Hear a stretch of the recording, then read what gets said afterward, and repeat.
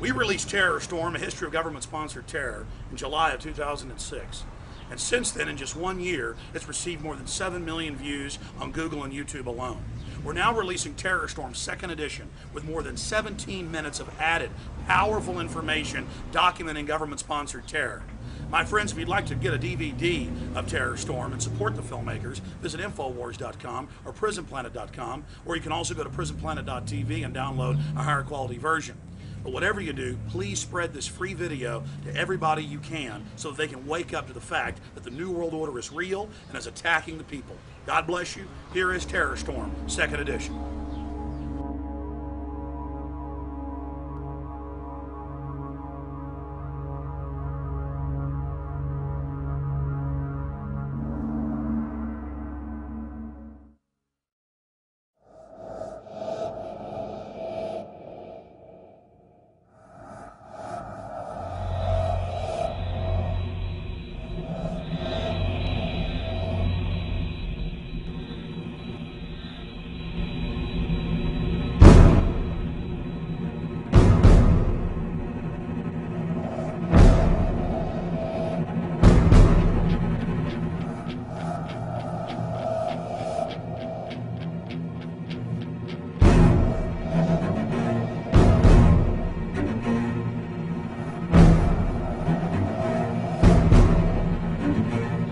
Our leaders have told us that the war on terror may last 100 years.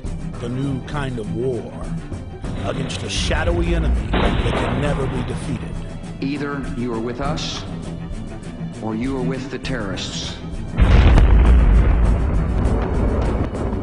Generation after generation will have to lay down its liberty in an endless war for global empire. It was a breathtaking display of firepower. And the Pentagon says, we'll see nothing yet. The perfect specter to convince populations to relinquish their liberty in the name of security. There is no doubt that Saddam Hussein now has weapons of mass destruction. There is no doubt that he is amassing them to use against our friends, against our allies, and against us. And if he does not disarm, the United States of America will lead a coalition and disarm him in the name of peace. We've been told that we're facing a 100-year war that will last generation after generation. In this film, we will explore who pulls the strings and who benefits from the dark spectacle of modern warfare. We will answer the question, do the people know how they are controlled? Do they understand the systems of power that surround them? The modern propaganda machines of public relations that wash their brains and fill their minds full of ball games and mindless fluff?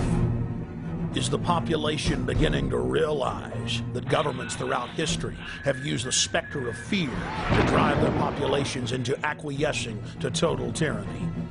September 11th, national ID cards, Big Brother, the Iraq War, the 7/7 bombings in London, the invasion of Iran. How are they all interconnected?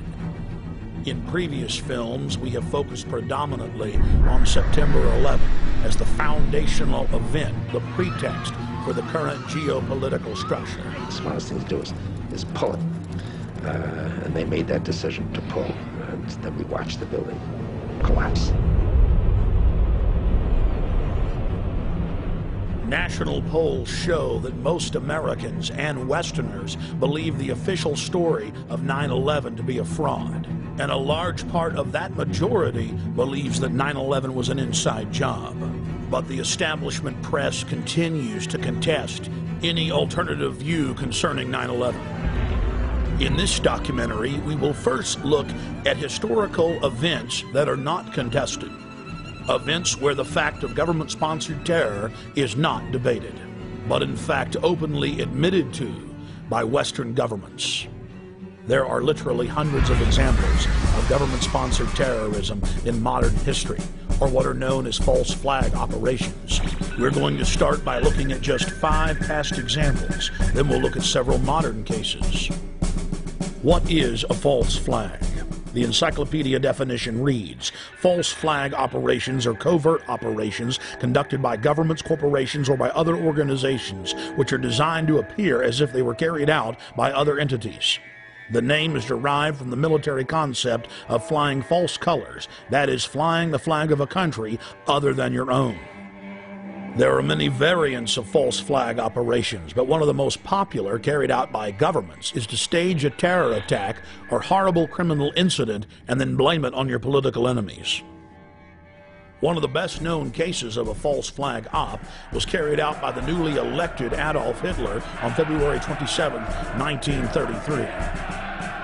Nazi documents uncovered at the end of World War II, as well as testimony during the Nuremberg trials, reveal what many historians already suspected, that Hermann Göring had set fire to the Reichstag, the German parliament building.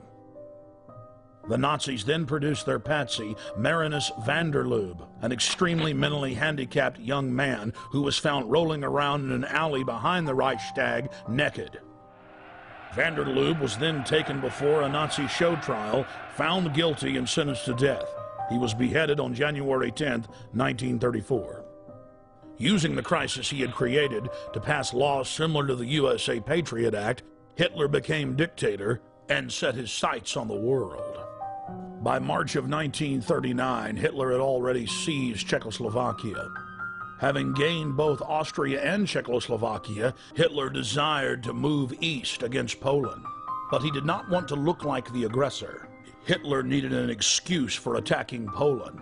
It was Heinrich Himmler who came up with the plan. Thus, the operation was codenamed Operation Himmler. On the night of August 31st, 1939, the Germans took an unknown prisoner from one of the concentration camps, dressed him in a Polish uniform, took him to the town of Gleiwitz on the German-Polish border, and then shot him. The staged scene with the dead prisoner dressed in a Polish uniform was supposed to appear as a Polish attack against the German radio station. German radio, newspapers, and newsreels were flooded with images of what appeared to be a dead Polish soldier who had dared attack the Reich. Now Hitler had his excuse to invade Poland, and the nightmare of World War II had begun.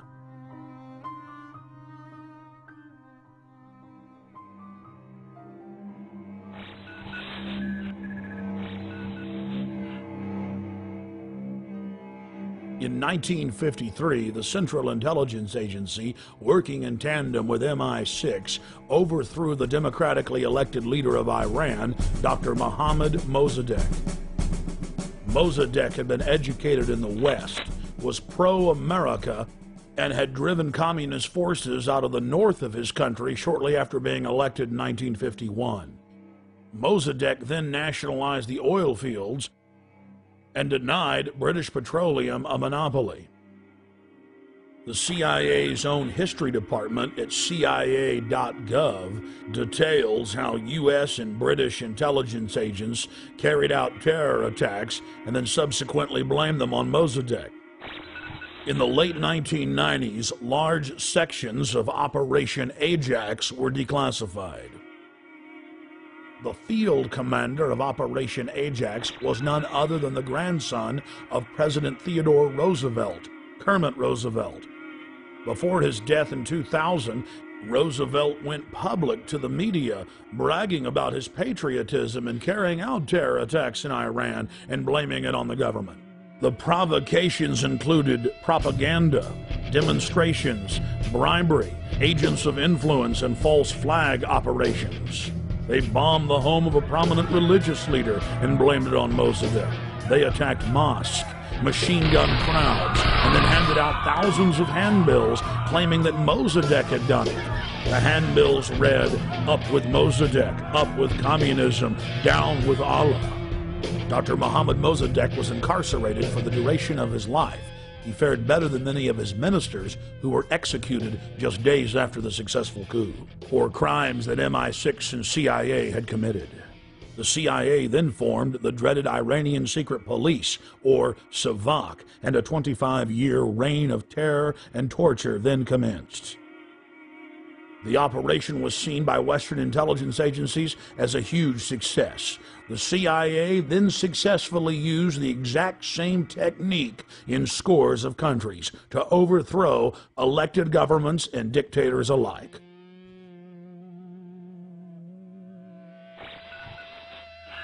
Operation Gladio is an umbrella name for literally hundreds of bombings carried out by Western intelligence agencies and NATO in Italy, Western Europe, the Middle East, Latin America, and Asia.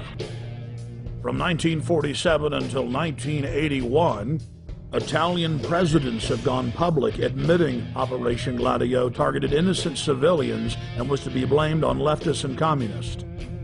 On November 22, 1990, the European Parliament had a resolution condemning the activities of Operation Gladio. The former Italian intelligence chief has come clean concerning Gladio's actions as well.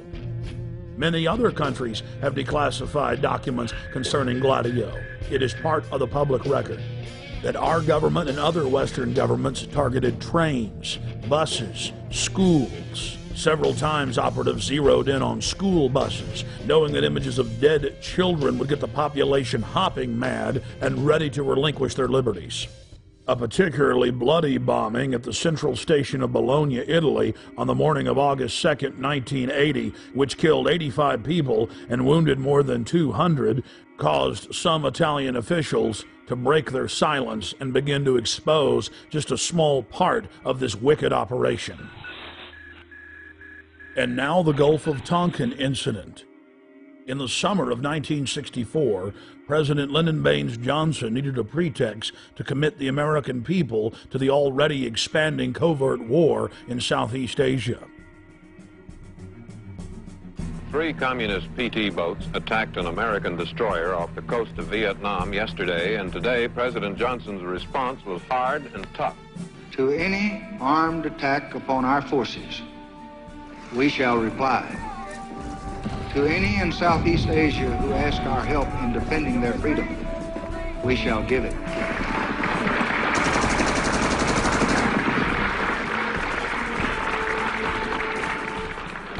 In November of 2001, the LBJ Presidential Library and Museum released tapes of phone conversations with the President and then Defense Secretary Robert McNamara, where they openly discussed plans to use the staged Gulf of Tonkin incident as a pretext to expand the war. Then, in late 2005, the National Security Agency declassified its own official history of the Gulf of Tonkin and admitted that intelligence agency officers had deliberately skewed the intelligence and claimed that Vietnamese patrol boats had attacked U.S. destroyers on August 4, 1964, when in reality they had done nothing, even while being fired on by U.S. forces. Congress then authorized the Gulf of Tonkin Resolution. The Tonkin Lie paved the way for 58,000 American deaths and over 1.5 million dead Vietnamese. On October 6, 1976, 2 time bombs made of C-4 planted on a Douglas DC-8 aircraft exploded, killing all 73 people on board in the most deadly act of airline terrorism in the Western Hemisphere until September 11, 2001. The plane was carrying Olympic athletes from 3 countries, including gold medal winners from Cuba. Declassified FBI and CIA documents show that the convicted bombers of the flight had been given U.S. visas just days before the attack, and that they were in the employ of the U.S. government. This had been reported on in respected publications for years, but has now been confirmed by multiple declassifications. Cuban plane bomber was CIA agent. Declassified U.S. government documents show that a man suspected of involvement in the bombing of a Cuban passenger plane worked for the CIA. Luis Posada Carrillos.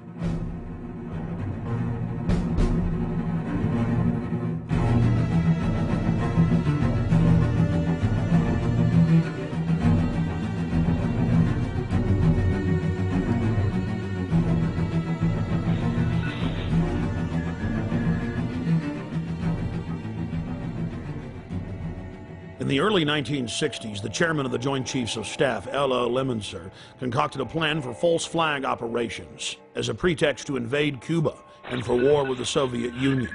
In Operation Northwoods, they planned to hijack jets by remote control, crash them, and blame the attack on Cuba. There were many other terrorist attacks they planned to carry out that were contained within the document. One scenario mentioned was the destruction of a U.S. naval vessel that was to be blamed on a foreign power as a pretext for war with any enemy they picked. President Lyndon Baines Johnson went operational with Northwoods on June 8, 1967 during the Six-Day War. During the Six-Day War between Israel and the Arab nations, the USS Liberty was sent by Johnson to collect electronic intelligence in the eastern Mediterranean. The clearly marked U.S. intelligence ship was 14 miles off the coast of Israel in international waters. A short time after the air attack had been completed, the 3 torpedo boats approached us from our starboard quarter at high speed and in an apparent torpedo launch attitude. Israeli surveillance aircraft flew low over the ship and clearly identified it as an American vessel. At 2 p.m. that afternoon, the USS Liberty was attacked by 3 Mirage 3 fighter bombers. From the onset of the attack, the fighter bombers were jamming U.S. signals.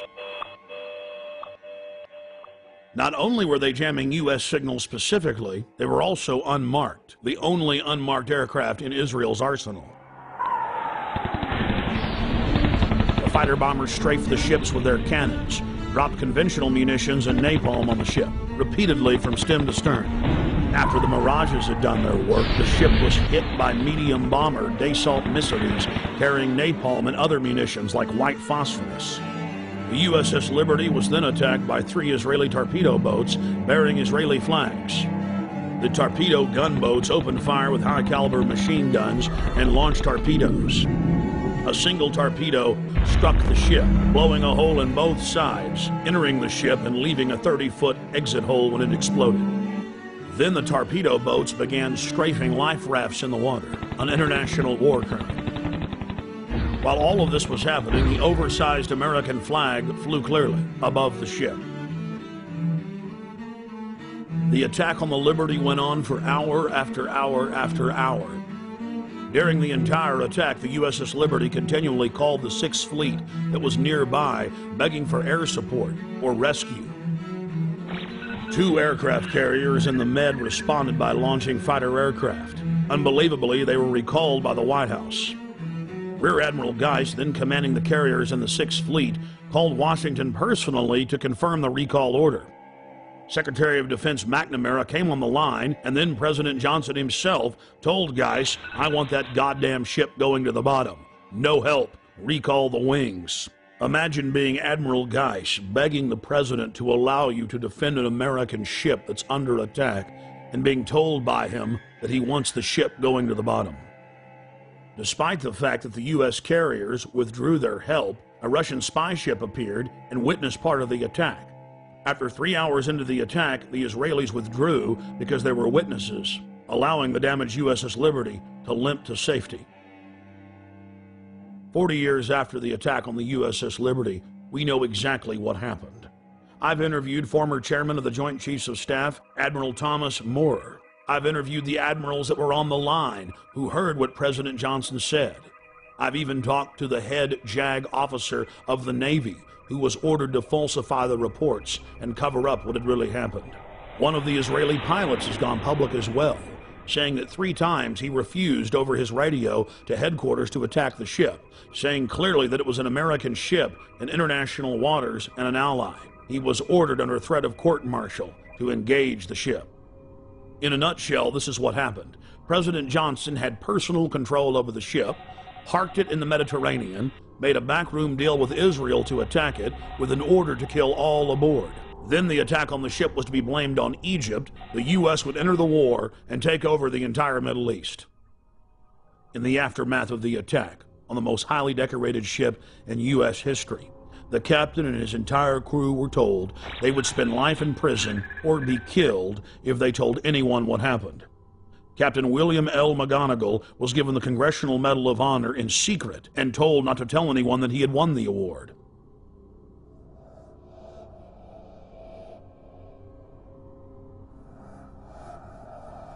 Now that we've looked at a small cross-section of historical examples of government-sponsored terrorism, let's fast forward to the horrific attacks of 7/7 in London.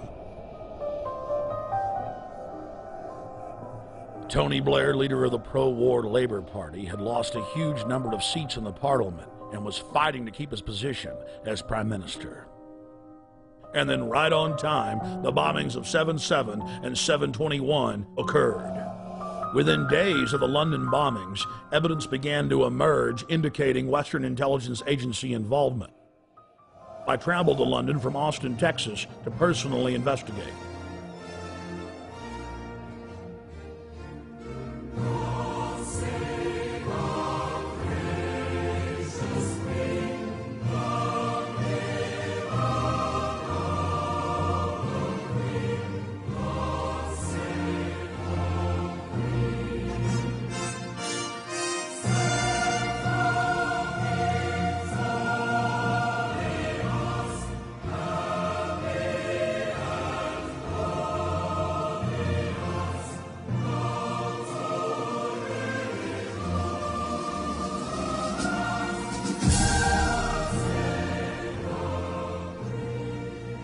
Once I arrived, I was met by Paul Joseph Watson and his brother Steve Watson, who are reporters for my news website, prisonplanet.com.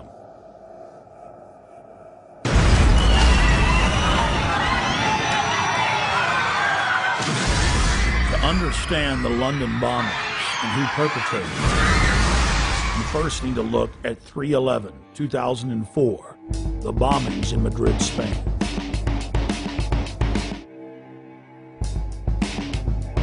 Years after the blast that rocked trains in the city of Madrid, Spain, the government admits that Al-Qaeda had no connection to the attacks. Every one of the supposed bombers had intimate links to the Spanish security services, including the head of their bomb squad. The alleged leader of the bombers, who reportedly gave dynamite to the terrorists, was connected to the Madrid bomb squad. And we see the exact same earmarks, the same MO in the London bombings that we witnessed in Madrid. On the morning of July 7th, 2005, 3 trains and a city bus were ripped to pieces when 4 military-grade explosive devices detonated. At 8:50 a.m., 3 explosive devices simultaneously detonated on 3 separate trains. Within minutes, eyewitnesses were reporting to the press that there had been multiple terror attacks. Despite the fact that 3 train cars were burning wrecks strewn with dead and dying Londoners, Scotland Yard for over an hour and a half claimed that all of the disruptions were simply caused by a power outage in the London Underground. Power surge on the Underground, that's all we heard. I mean, the bus was about an hour after the Underground, so that's when I think everybody knew that it wasn't what it was, you know. I think it was just an excuse, power surge, whatever. Why would they say that, though, knowing it wasn't? Trying to cover up, probably, you know what I mean?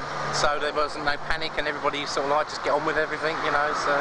Then mysteriously, 50 minutes into the attack, the London Police Department orders the number 30 Hackney to Marble Arch bus to leave its normal route and to park at the corner of Woburn Square and Tavistock Place. At 9:47, a 4th bomb detonates, killing 13 civilians and injuring many others. Note, out of several hundred buses in service that morning, it's the only bus that the police take special control of and direct to Tavistock Square. I've been walking up and down this road, looking at the bus stops for a number 30. The bus stops have all the numbers of the buses on them individually. There's no number 30 on any of the bus stops. That's because the number 30 bus was specifically rerouted here on that day. To simplify it, there's no bus stop here. There's no number 30 bus stop here, no. Well, that was in the news, that it was specifically diverted here. They admitted that the number 30 bus was the only bus that was directed to a different area of the city. For what reason? Nobody knows, but they admit that. So it's very strange that for no reason it would come down this road when it was bombed. Remember, while all this is happening, the police are on radio and TV telling everyone that it's just a power failure, an outage. Meanwhile, commuters on the bus were listening to other radio reports where eyewitnesses were reporting explosions.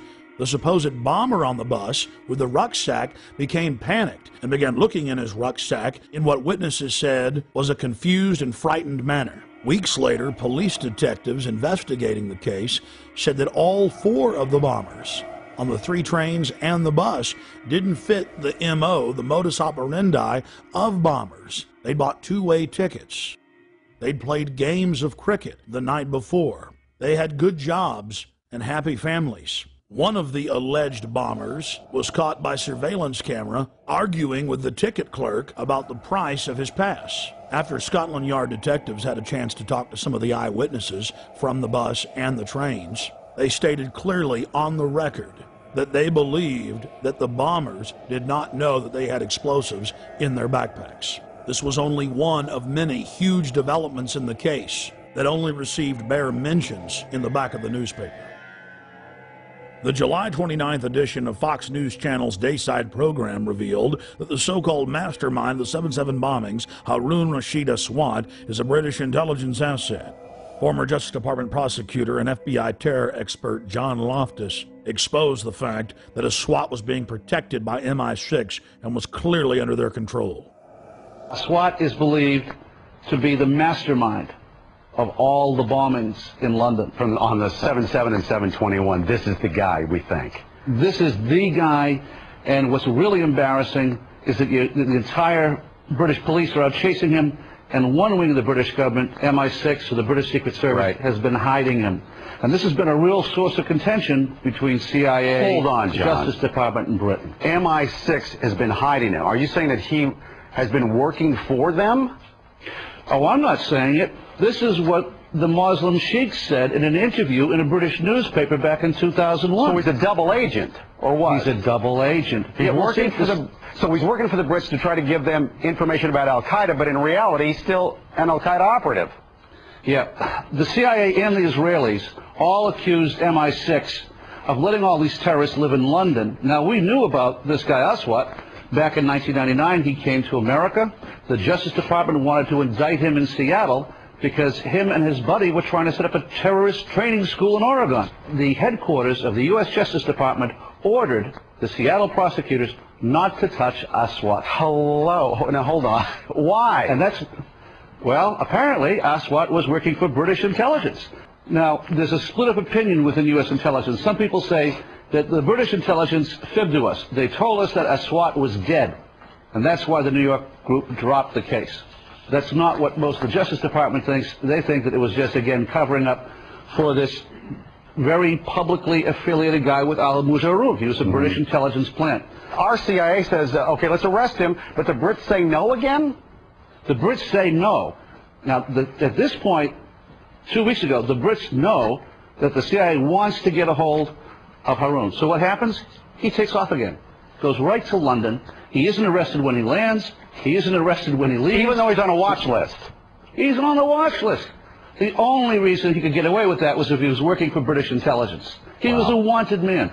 And then takes off the day before the bombings, as I understand it? Yeah, and goes to Pakistan. The Pakistanis arrest him. They jail him. They jail him. He's released within 24 hours. In London, we spoke with David Shaler, a former MI5 agent who was convicted of breaking the Official Secrets Act and imprisoned for 6 months.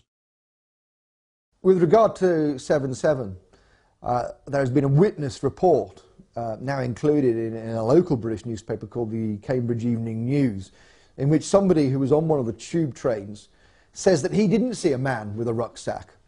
In fact, after the explosion, what he saw was metal pointing upward from the bottom of the carriage.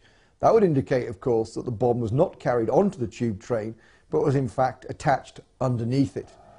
Now again, nobody in the British national press is following that up. Now I hope investigators and the police are. A current member of British Parliament and a former cabinet minister in Prime Minister Tony Blair's government, Michael Meacher, was sacked in 2003 for raising important questions on the eve of the Iraq War. Atrocity of London bombings where 56 people were killed. That was on the 7th of July, 7/7 we call it.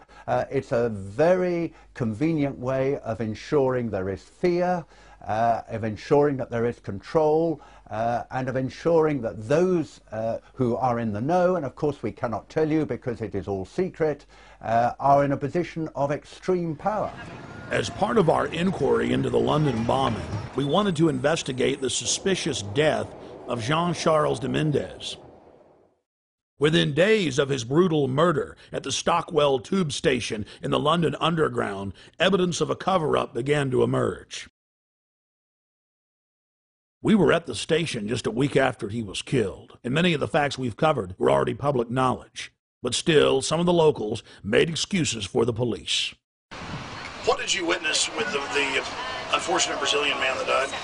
All we saw was the police running into the station with guns. That's all we saw. We didn't see anything else at all. And then after that, a couple of seconds after that, we were vacated down South Lambeth Road. That was all we saw. We didn't see anything else. I mean, are you sad for him and his family that he's dead? Oh, yeah, but at the end of the day, he should have stopped and surrendered, shouldn't he? If it had happened in his own country, he would have been shot down as well. So, with all that's gone on, the police were only doing what they thought was best, as far as I'm concerned. Why do you think he ran? Well, because his visa had run out, obviously, but he's not going to have armed police running after him just because his visa's run out, has he? So, the police were protecting, you know, the people travelling on the tube, so I don't see any wrong in what the police have done at all. No, I understand your view on that. Why do you think they shot him 8 times in the head? Oh, I don't know. It's a lot of times to shoot him. It is a lot of times to shoot him. How many times did you hear they shot him? 5 at first. 5, and then, no, 3 first, then 5, then it went up to 8. So... And the police admit they tackled him and then shot him. Well, they told him to surrender, didn't they? They told him to stop, and he didn't. He carried on running, so, you know. What else could they have done, as far as I'm concerned? 007, huh? 007. License to kill. Yeah. I still believe that there should be a shoot-to-kill policy. I still believe, personally, but that's my views, you know. I think people should give up their liberty for freedom. All right. London police were later forced to admit that Mr. de Mendes never ran from them, wasn't wearing a heavy coat, and that a special army unit had killed him execution style with over 10 shots to the head at point-blank range. The British government was so desperate to keep the details of the shooting secret that they went so far as to arrest an ITN television journalist who had simply gotten a copy of what would normally be a public police report. Government whistleblowers and police have also been suspended and arrested for telling the truth. We had our details taken and were threatened with arrest simply for asking questions of locals outside the Stockwell station and videotaping police. Where are you based? Austin, Texas.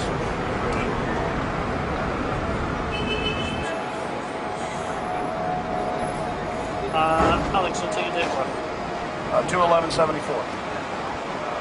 Would you just rather see my driver's license? No, it's okay. Well, here, just let me do it. Make it down. That's all it is, right?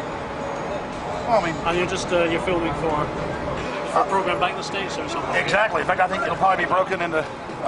Think about it. Sir, what do you think about this event? I think it's very bad that it happened.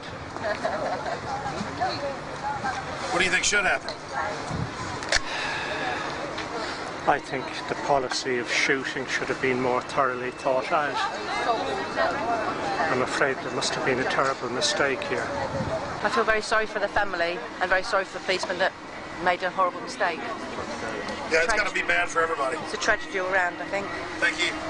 The police first claimed that it was a hot morning when official weather reports showed that it was around 60 degrees and that Mr. de Mendes was running down the street wearing a giant padded coat with wires sticking out of it, that he vaulted over the turnstiles, charged through a crowd of pedestrians, raced onto the train, and was about to detonate bombs when the heroic officers gunned him down.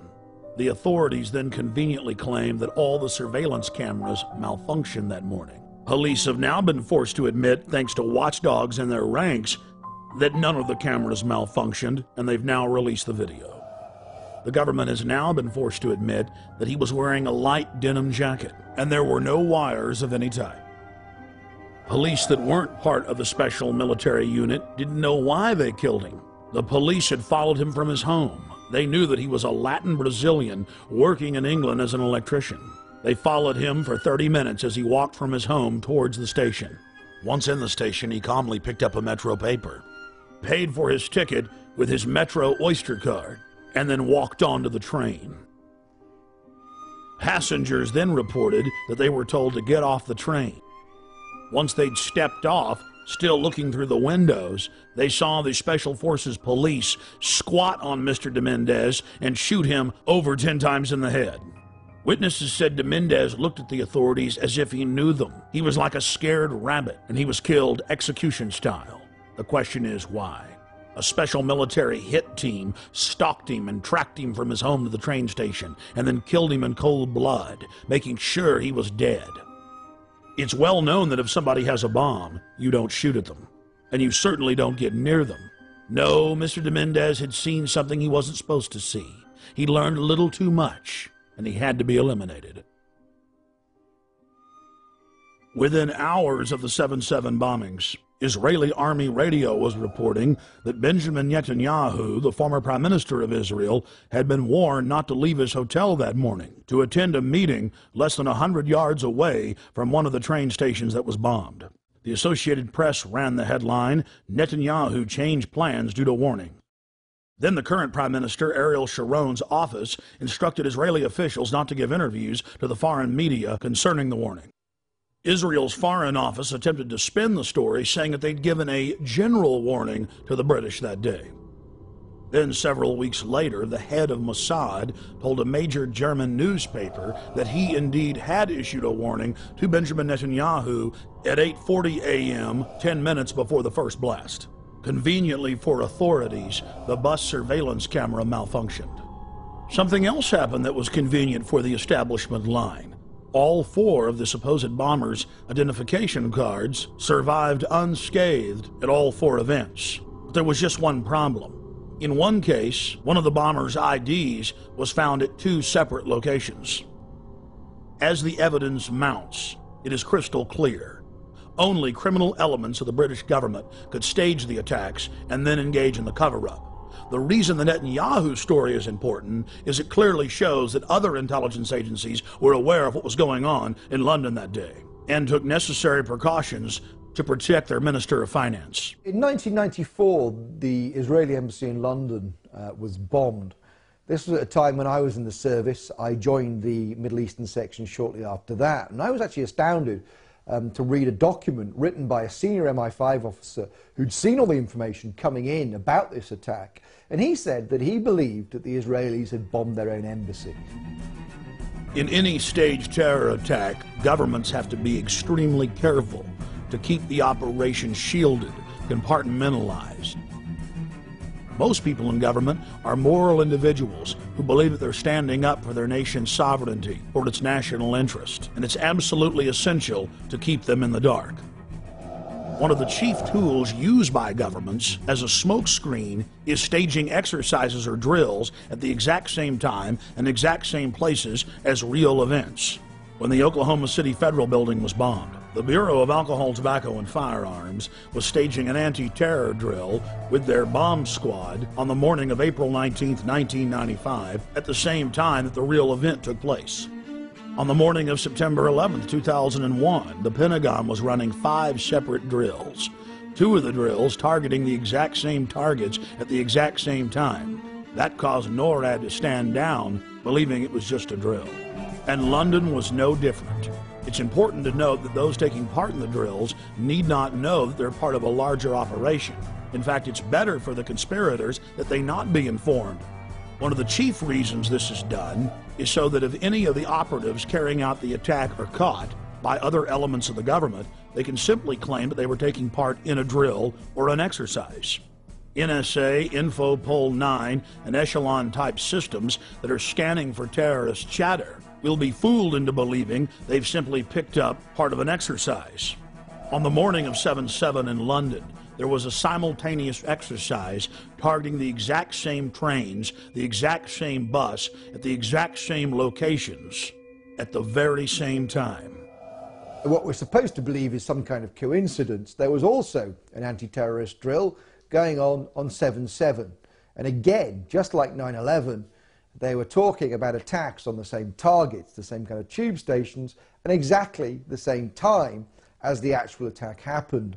We learned of the drills of 7/7 on 7/7 from Peter Power, the head of Visor Consultants, a crisis management firm based in London. Mr. Power was the former spokesperson for Scotland Yard. Mr. Power told National British Television, ITN News, about the drills. Today we were running an exercise for a company, bearing in mind I'm now in the private sector, and we sat everybody down in the city, 1,000 people involved in the whole organisation, but the crisis team, and the most peculiar thing was we based our scenario on the simultaneous attacks on the Underground and mainline station.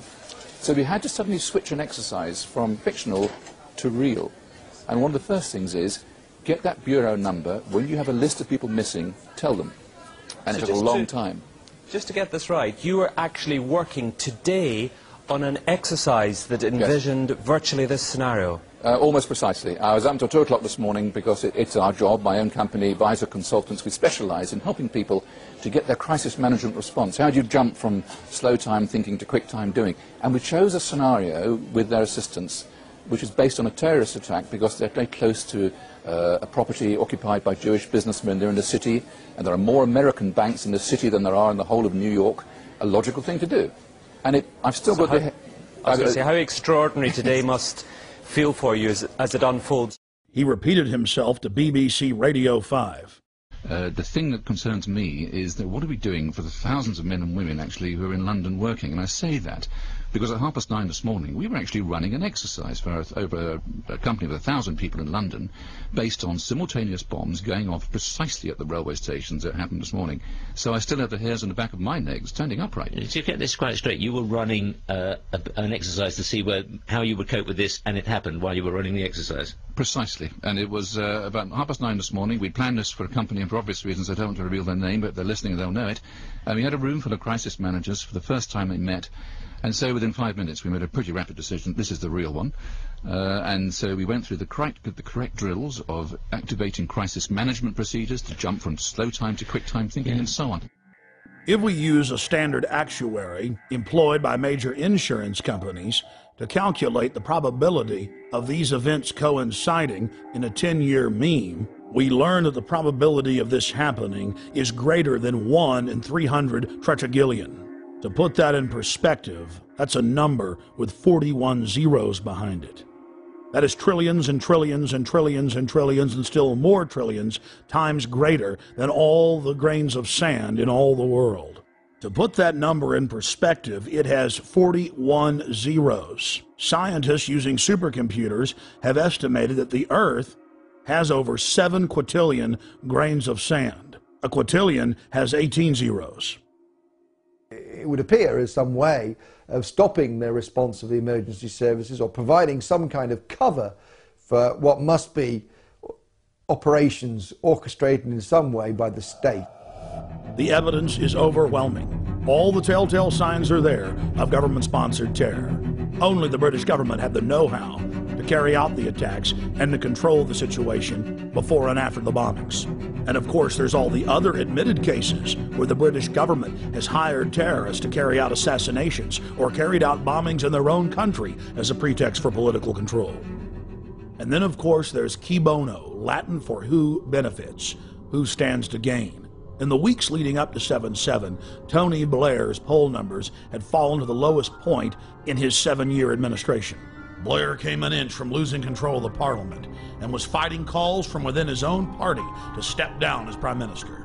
Support for the war was dismal. Despite the bombings, which did improve his approval ratings and support for the war, he was still only barely able to maintain control over the British House of Commons. In the wake of the bombings, Tony Blair's administration descended on the British people with a raft of tyrannical legislation, attacking the press, freedom of assembly, and setting up the conditions needed for a martial law takeover of the nation through the Civil Contingencies Act. And of course, the bombings took place while world leaders were meeting in Scotland, so Bush and Blair could grandstand and blame the whole thing on Iraq, legitimizing their war.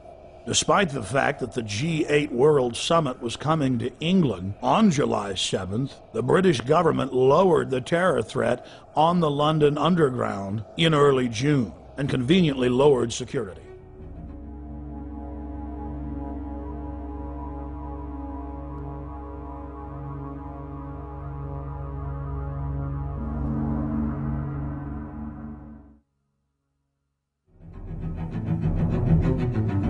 We were told that we invaded Iraq to bring the nation freedom, but Pentagon documents show their real plan was to balkanize the nation into 3 or 4 sections and foment endless sectarian civil war.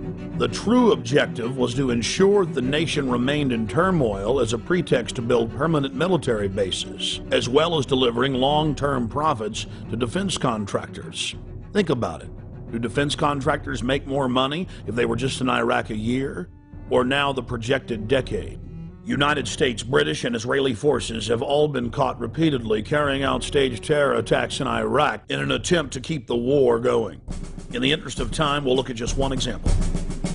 In late September of 2005, in the British-controlled city of Basra, 2 British Special Forces SAS commandos attacked a group of police at a checkpoint, killing one and injuring another. When they were finally subdued and brought into custody, their car was filled with plastic explosives, automatic weapons, rocket-propelled grenades, and other bomb-making materials.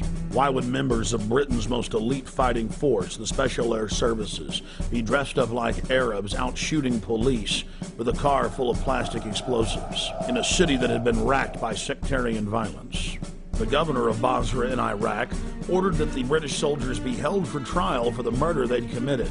Within hours of their incarceration, dozens of British tanks and hundreds of soldiers assaulted the main police station in Basra, killing jail guards and police in the process to free the 2 commandos. Over 150 prisoners escaped, and the controlled mainstream media reported on the incident as if it was no big deal. We cannot wait for the final proof. The smoking gun. It could come in the form of a mushroom cloud.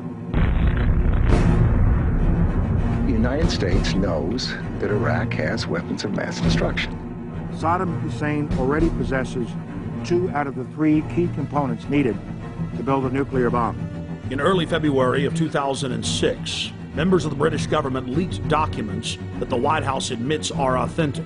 Known as the White House Memo, it is the minutes of a pre-war meeting between Prime Minister Tony Blair and George Bush in the Oval Office. The minutes contain the discussion of a classic false flag operation, where Bush tried to lure Saddam into war using UN aircraft.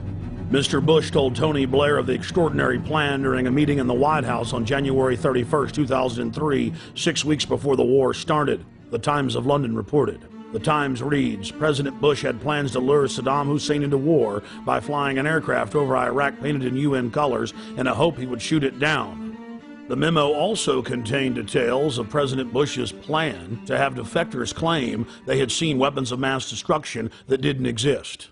Well, it is perfectly true that we now know that the evidence, both in the United States and in Britain, which was put before the people, turns out to be wrong. It was known to be wrong.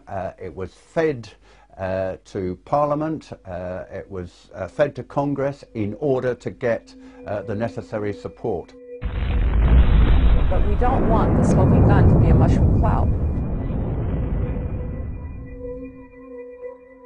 When Congress threatened to block the reauthorization and expansion of the USA Patriot Act in 2006, President Bush announced that he would still enforce the law even if it was not a law. That, by its definition, is dictatorship. When President Bush was caught secretly paying off reporters and newspapers and television stations across the country to the tune of $1.6 billion in 2 years, the Governmental Accounting Office declared it illegal. Every single action by itself was a felony, and there were tens of thousands of instances. President Bush simply said that he was above the law, and it didn't matter if Congress said it was illegal, he was going to continue the practice. When a leader declares themselves above the law, you are living in an official dictatorship. We have found out from our time in the services that there are certain people in the press who work as agents of influence of the intelligence services. In Britain, it's very easy to reward people with privileges, with contracts, with honours, with appointments to the House of Lords, with knighthoods and so on. So no money has to change hands, but those people know very clearly that they have a job to put out propaganda on behalf of the services. Now, I have no problem, of course, with the services arguing their case in the media, but if they're going to do that, like anybody else, they should declare where they come from and why they're stating that point of view. Fortunately, as a result of our book, Spies, Lies and Whistleblowers, One of the prominent agents of influence, in fact two prominent agents of influence, Dominic Lawson and Con Coughlin, who both work for the Sunday Telegraph, have had to resign. Because of course once you're exposed as an agent of influence, you can no longer do that job because people just simply say, well, he's saying that because he's working to an MI6 brief.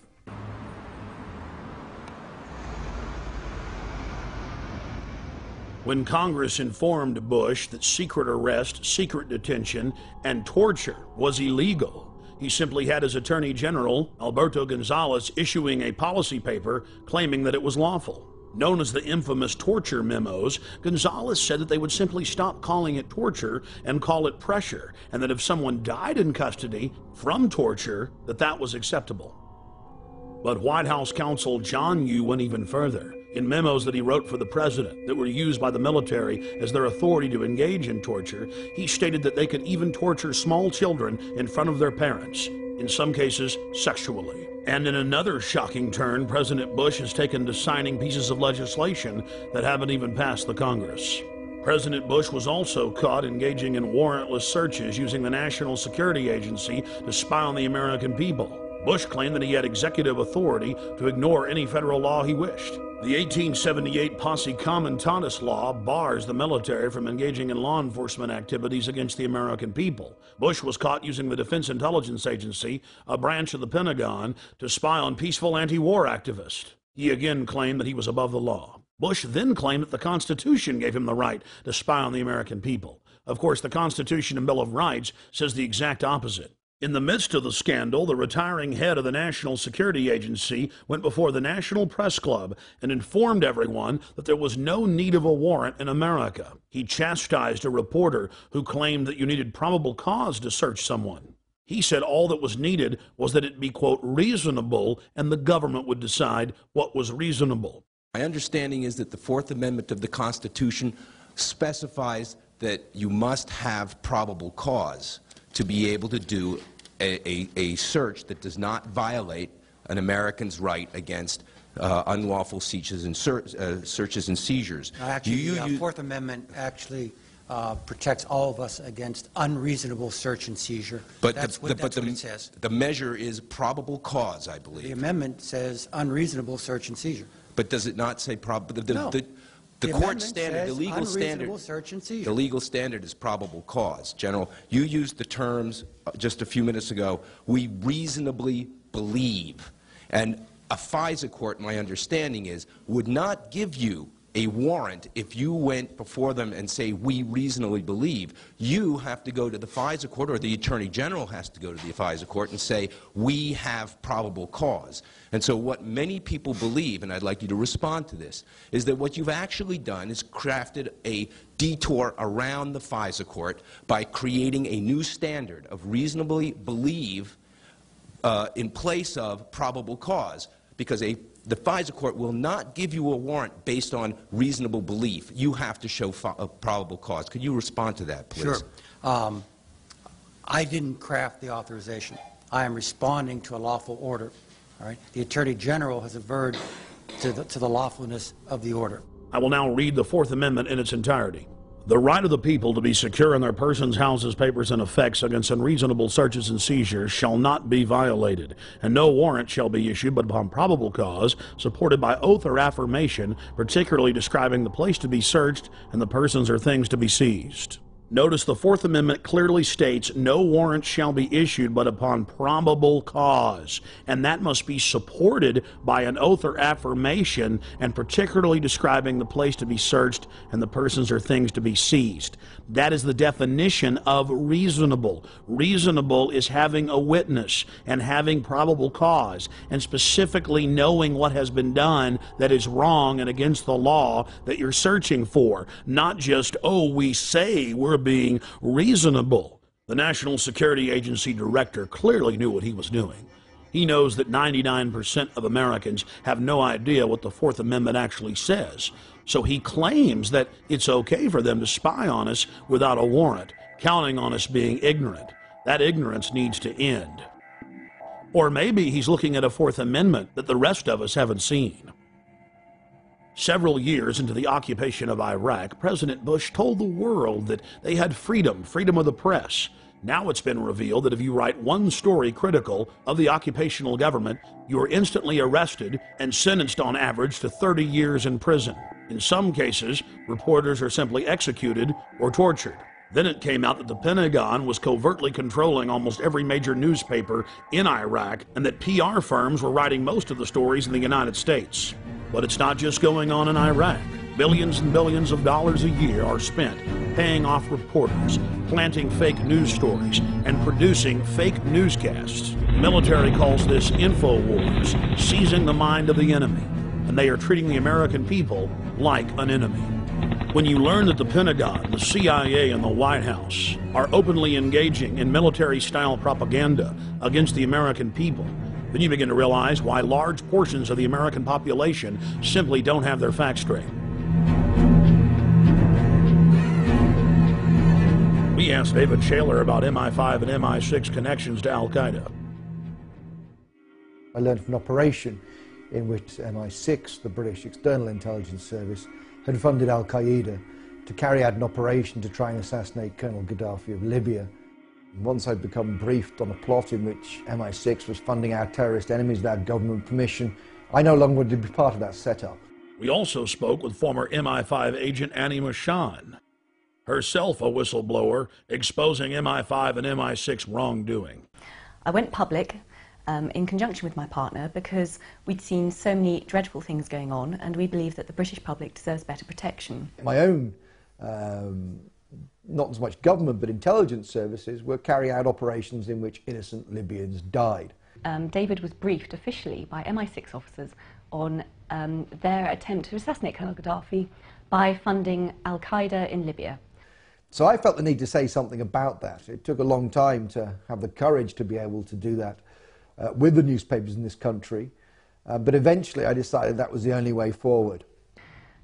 We had to leave our friends and family, we had to leave our jobs, our home, everything in London with 3 days' notice because the newspaper suddenly decided to kick into action.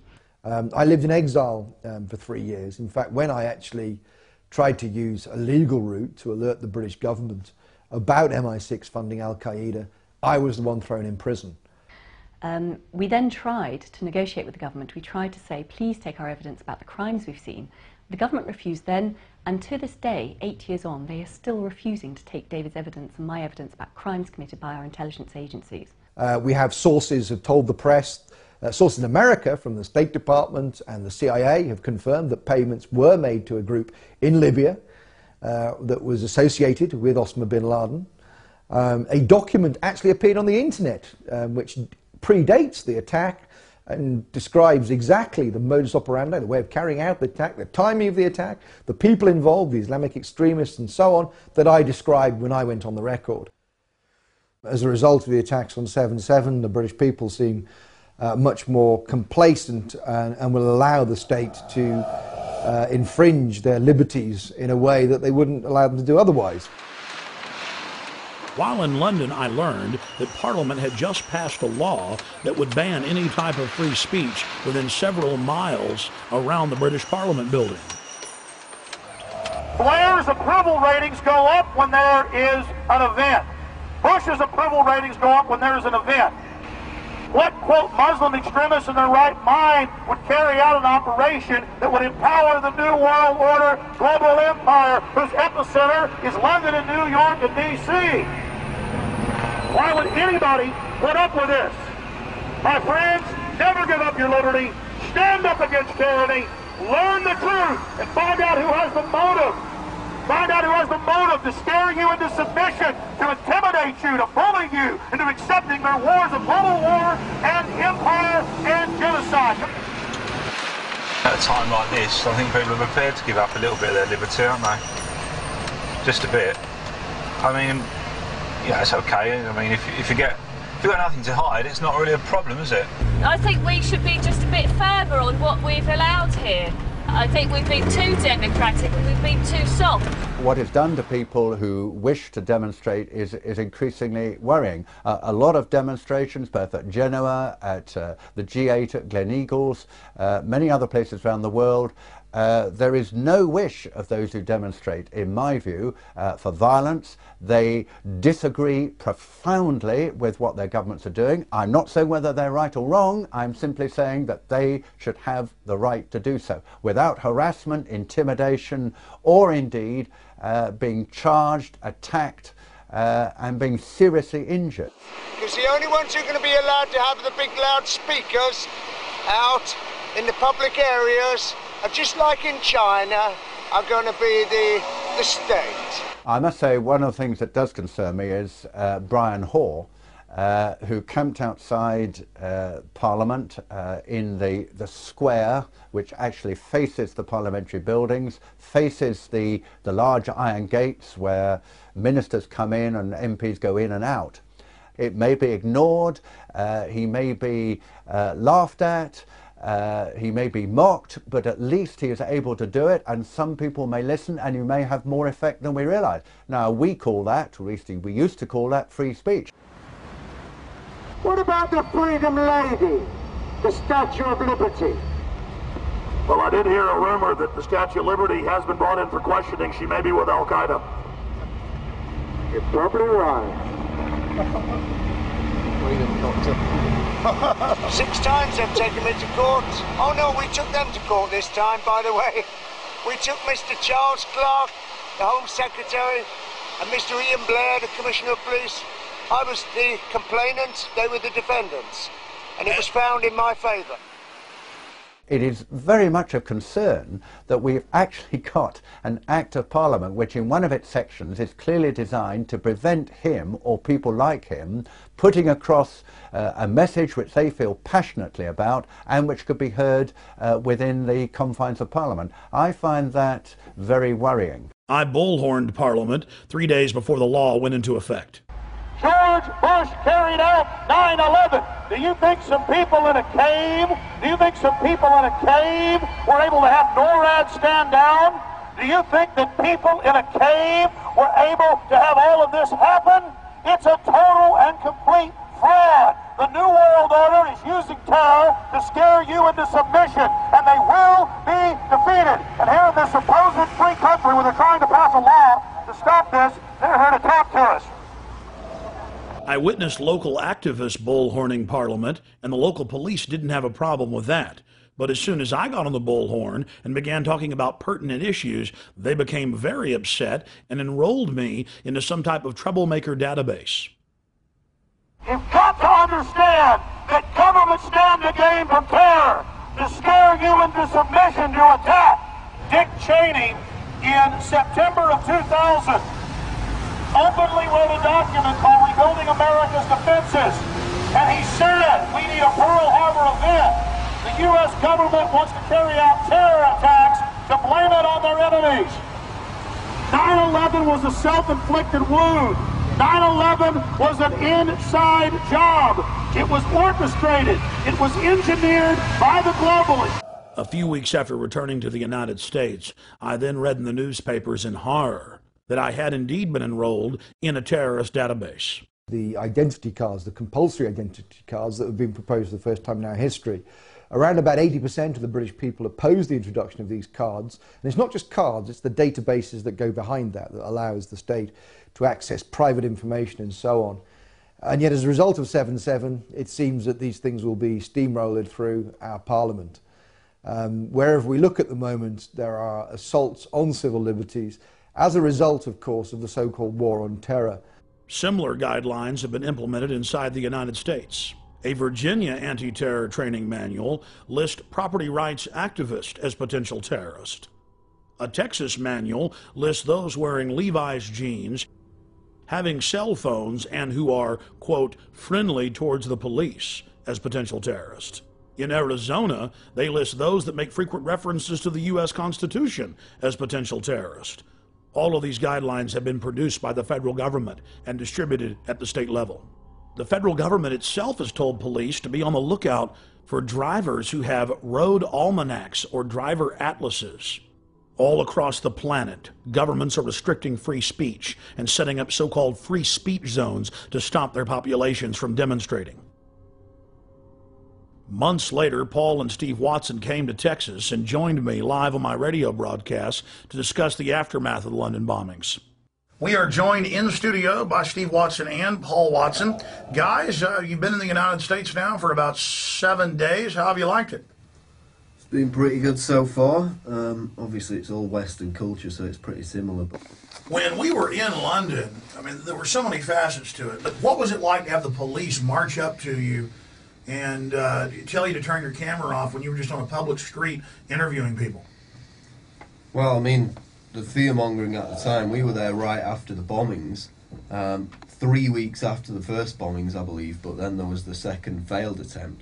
So the state of panic was still quite high, even though Londoners basically were apathetic to the attack. They just got on with their lives. They weren't really buying the government propaganda on it. We had case after case where we'd be out on the street doing interviews with people, and we'd be showing the video cameras, and there were people working right there at the Hard Rock Cafe, and I'm like, look at these cameras, they're everywhere, they're in plain view, and the manager comes out and goes, you know, thanks for showing me that, I've never noticed those. What's your name, sir? Charlie. I'm Alex, nice to meet you, Charlie. Alex, how you doing? Good. What do you think of the new symbol of the United Kingdom is going to switch from the Union Jack to the black surveillance camera? Well, you know, there's plenty going on in London, so they need the surveillance cameras everywhere. But I mean, it's going to be the new national symbol, or of course I'm being sarcastic, but really it has become the national symbol. 4+ million surveillance cameras in the great city of London alone. To say about it, you know, I don't even see them now. You don't see them? They don't exist? No. 4 million in the city. That's the first time I've even noticed they're there, and I've been working here a year. Out of sight, out of mind, huh? That's it, that's it. That's kind of Orwellian, though. You seem like a smart guy, but did you know only the smartest people in the inner party know how to engage in doublethink and doublespeak, where you don't even notice the cameras that are there? In fact, if you say they're not there, they're not there. Here, together, let's say they don't exist. All right, they don't exist. 2 + 2 = 5, hey. Hey, you could get an inner party membership. All right, I'm into it. I mean, that was actual doublethink. Steve, Paul, you want to comment on that? Well, let me read a quote from Orwell from 1984. Doublethink is an unending series of victories over your own memory, reality control. To know and not to know, to be conscious of complete truthfulness while telling carefully constructed lies, to hold simultaneously two opinions which cancelled out knowing them to be completely contradictory and believing in both of them, to use logic against logic to repudiate morality while laying claim to it. And this is exactly what we saw over and over again in London. You've got a nest of, what, 6 or 7 cameras, and people are out there saying they've never noticed them. It's like, it's a survival mechanism to deny reality, but at the end of the day, it's not even a survival mechanism, it's quite dangerous. We were asking the attitudes of taxi drivers about the bombings. They were all quite ambiguous. They kind of believed the government line at that point. Do you ever wonder who's really behind it? Well, I've heard there's people who think that other governments are behind it. You know, British governments, American governments, people have said that. Oh, really? You heard that some people think it's the government? Yeah. Yeah, I've heard that. Really? How popular is that view? Pretty unpopular, I would have thought. It is straight out of George Orwell's 1984. This poor woman thinks that if you give up your liberty, you supposedly get freedom. Yeah, well, we went to Stockwell Tube Station where they shot the Brazilian man. We basically noticed this woman who was working on the fruit stall. She'd been interviewed on the BBC, I'd seen her on there, so we went over to interview her. We were talking to her, and Alex asked her if she would sacrifice liberty for security. And she came back with, yes, I'll sacrifice liberty for freedom. I think people should give up their liberty for freedom. Liberty and freedom are the same thing. We then asked her again to clarify, just in case she made a mistake, and she said the same thing again. She was willing to give up liberty for freedom, which is really, it's direct doublethink, because the two things mean the same thing. We found the same mindset in Crawford, Texas, outside Bush's ranch, that we witnessed in England. Populations who are willfully ignorant, who revel in being lied to. Well, we're on our way out to Crawford, where President Bush is vacationing for 5 weeks. He spent about a fourth of his time in the administration out here at his Hollywood set. Though he admittedly is afraid of horses and cows and many other forms of wildlife, and of course he was born in Kennebunkport, Maine, and spent most of his life there, he likes to put on a cowboy hat and a big belt buckle and strut around. He meets with all these different world leaders and decides to, basically how to carve up the world. He meets with the Saudi leaders and holds hands with them. He meets with Ariel Sharon. He meets with leaders from all over the world, but he certainly doesn't meet with the mothers of dead soldiers.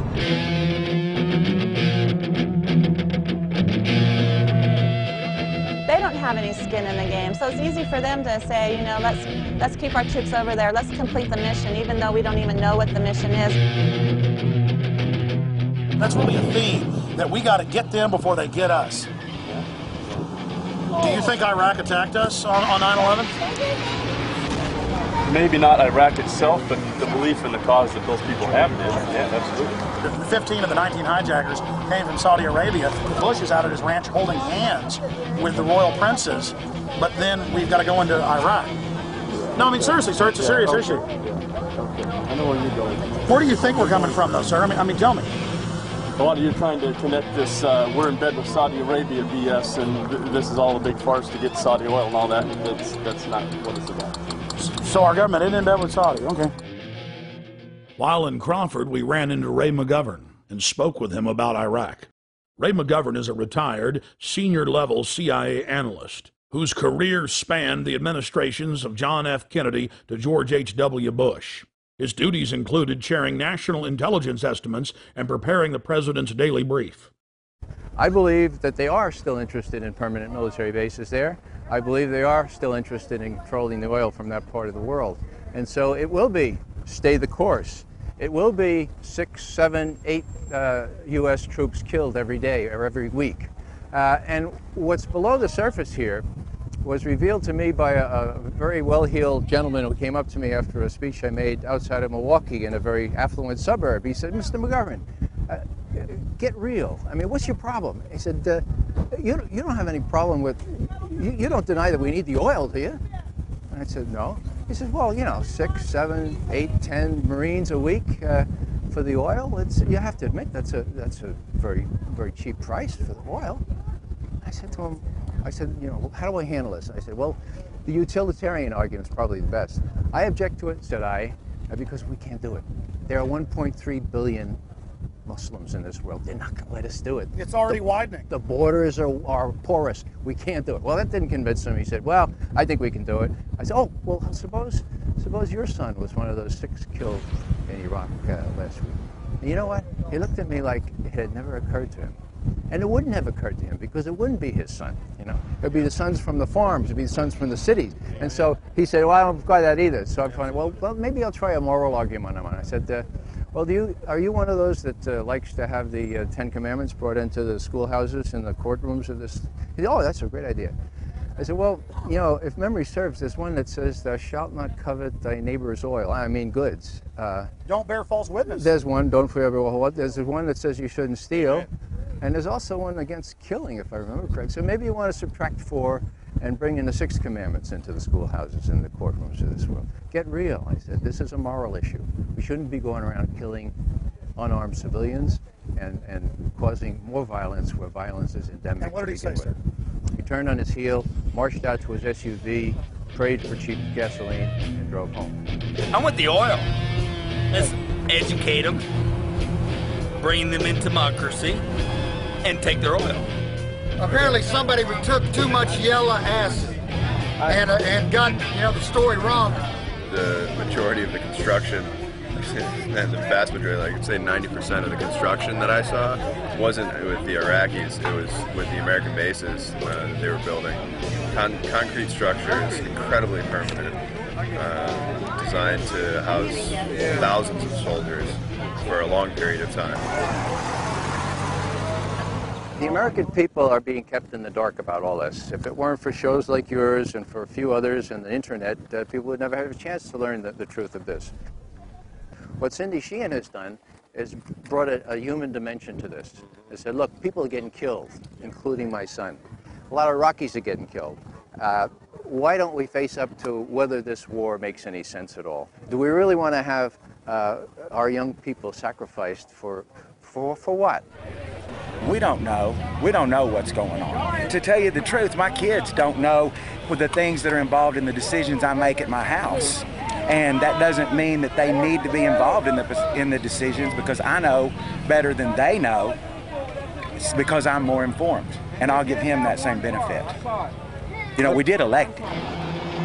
Where have we lost our freedom? All across the... Where? They're using Homeland Security against topless bars. They're using Homeland Security against toy store owners. They're using Homeland Security against pot dealers, and that's wrong. They're using Homeland Security, quote, against gang members. It's admitted. Are you familiar that the Gulf of Tonkin never happened? LBJ tapes have now been released. We went to war. Well, you know, I just got to point out to Wolfowitz and Pearl and Feith and Abrams and Wormsers, you know, people like that, who this has been their plan, and it's about, you know, it's about imperialism. It's about abusing a nation's natural resource. It's about greed and power, and it's nothing about keeping America safe or freedom and democracy for the Iraqi people. You know?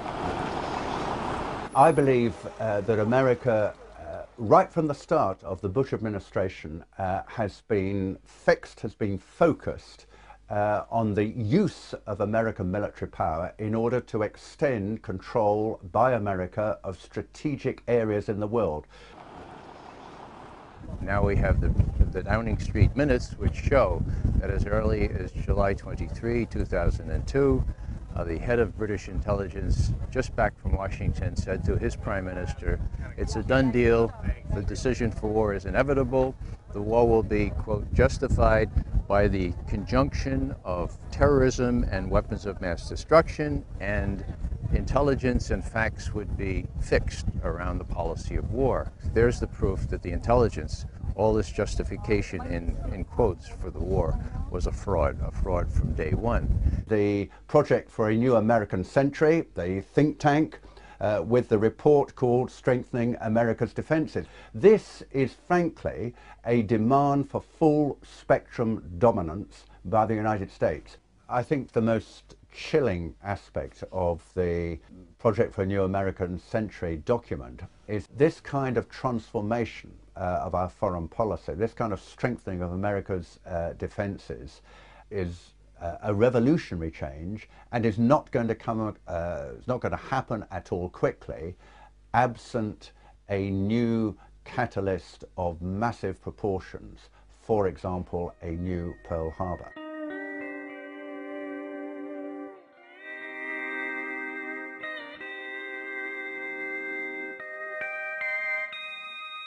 In Crawford, Texas, we found individuals who believe the weapons of mass destruction were found in Iraq. No weapons of mass destruction were found. Are you kidding me? Do you buy that? Yes. Of course there were mass. Of course there were. David, there were. Yeah. This guy would make a great citizen in George Orwell's fictitious 1984. If we took them all away, does that still mean that if he had the capability, would he still? See, that's in the mind. Well, she's got an ad on TV. It said he lied, my son died. You know, he didn't lie to nobody. What did George Bush lie about? He said he was going to protect this country. Weapons of mass destructions. That weapons of mass destruction to keep the enemy out of our backyards. He never said there weren't going to be nobody killed. That's war. I think they're saying that Bush lied about WMDs, not about troops were going to die. But did he though? Those weapons were there. The authoritarian powers of the state, which are available to government, is very dangerous. And I think we live in a state, we live in states, both the United States and the UK, where the powers to question, to call in evidence, to demand explanation, to hold to account those who are in control, are gradually, systematically being weakened. This is very dangerous in a democracy.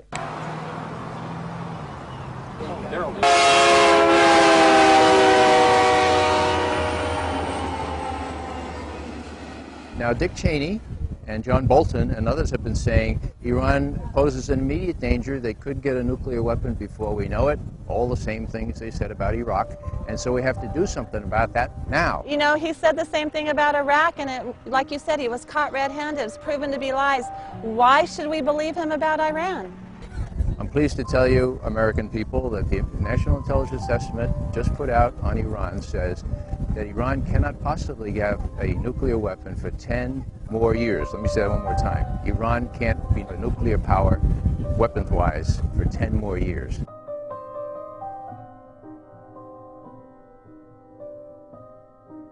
We have to look at whether our governments are creating enemies so that they can justify what they do. Of course, two of the biggest funders of American presidential campaigns are the oil industry and the arms industry. And it's in their interests that we invade places like Iraq. We're going to let the Israelis, or we're going to do it ourselves, attack the nuclear facilities in Iran. Now, people say, that's crazy. That is absolutely crazy. I agree. The problem is, folks, the people running our policy toward Iraq and Iran were widely known in the 1980s when I was briefing the Vice President and others as the crazies, okay? The crazies. You come in on Monday morning and somebody would say, guess what the crazies did late Friday night? And you'd know exactly who the reference was. It was to Wolfowitz, it was to Pearl. So all the same folks, some of them who deserted the sinking ship like proverbial rats, okay? But it was Feith, Wolfowitz, and the rest of them. They were the crazies. There's a lot of other people that are have a dissenting opinion about this war, and has another view of this war other than Cindy Sheehan, and other people have lost sons in this war and daughters. She needs to really go home and do this little protest some other way besides trying to make things sound like she's the only voice of America.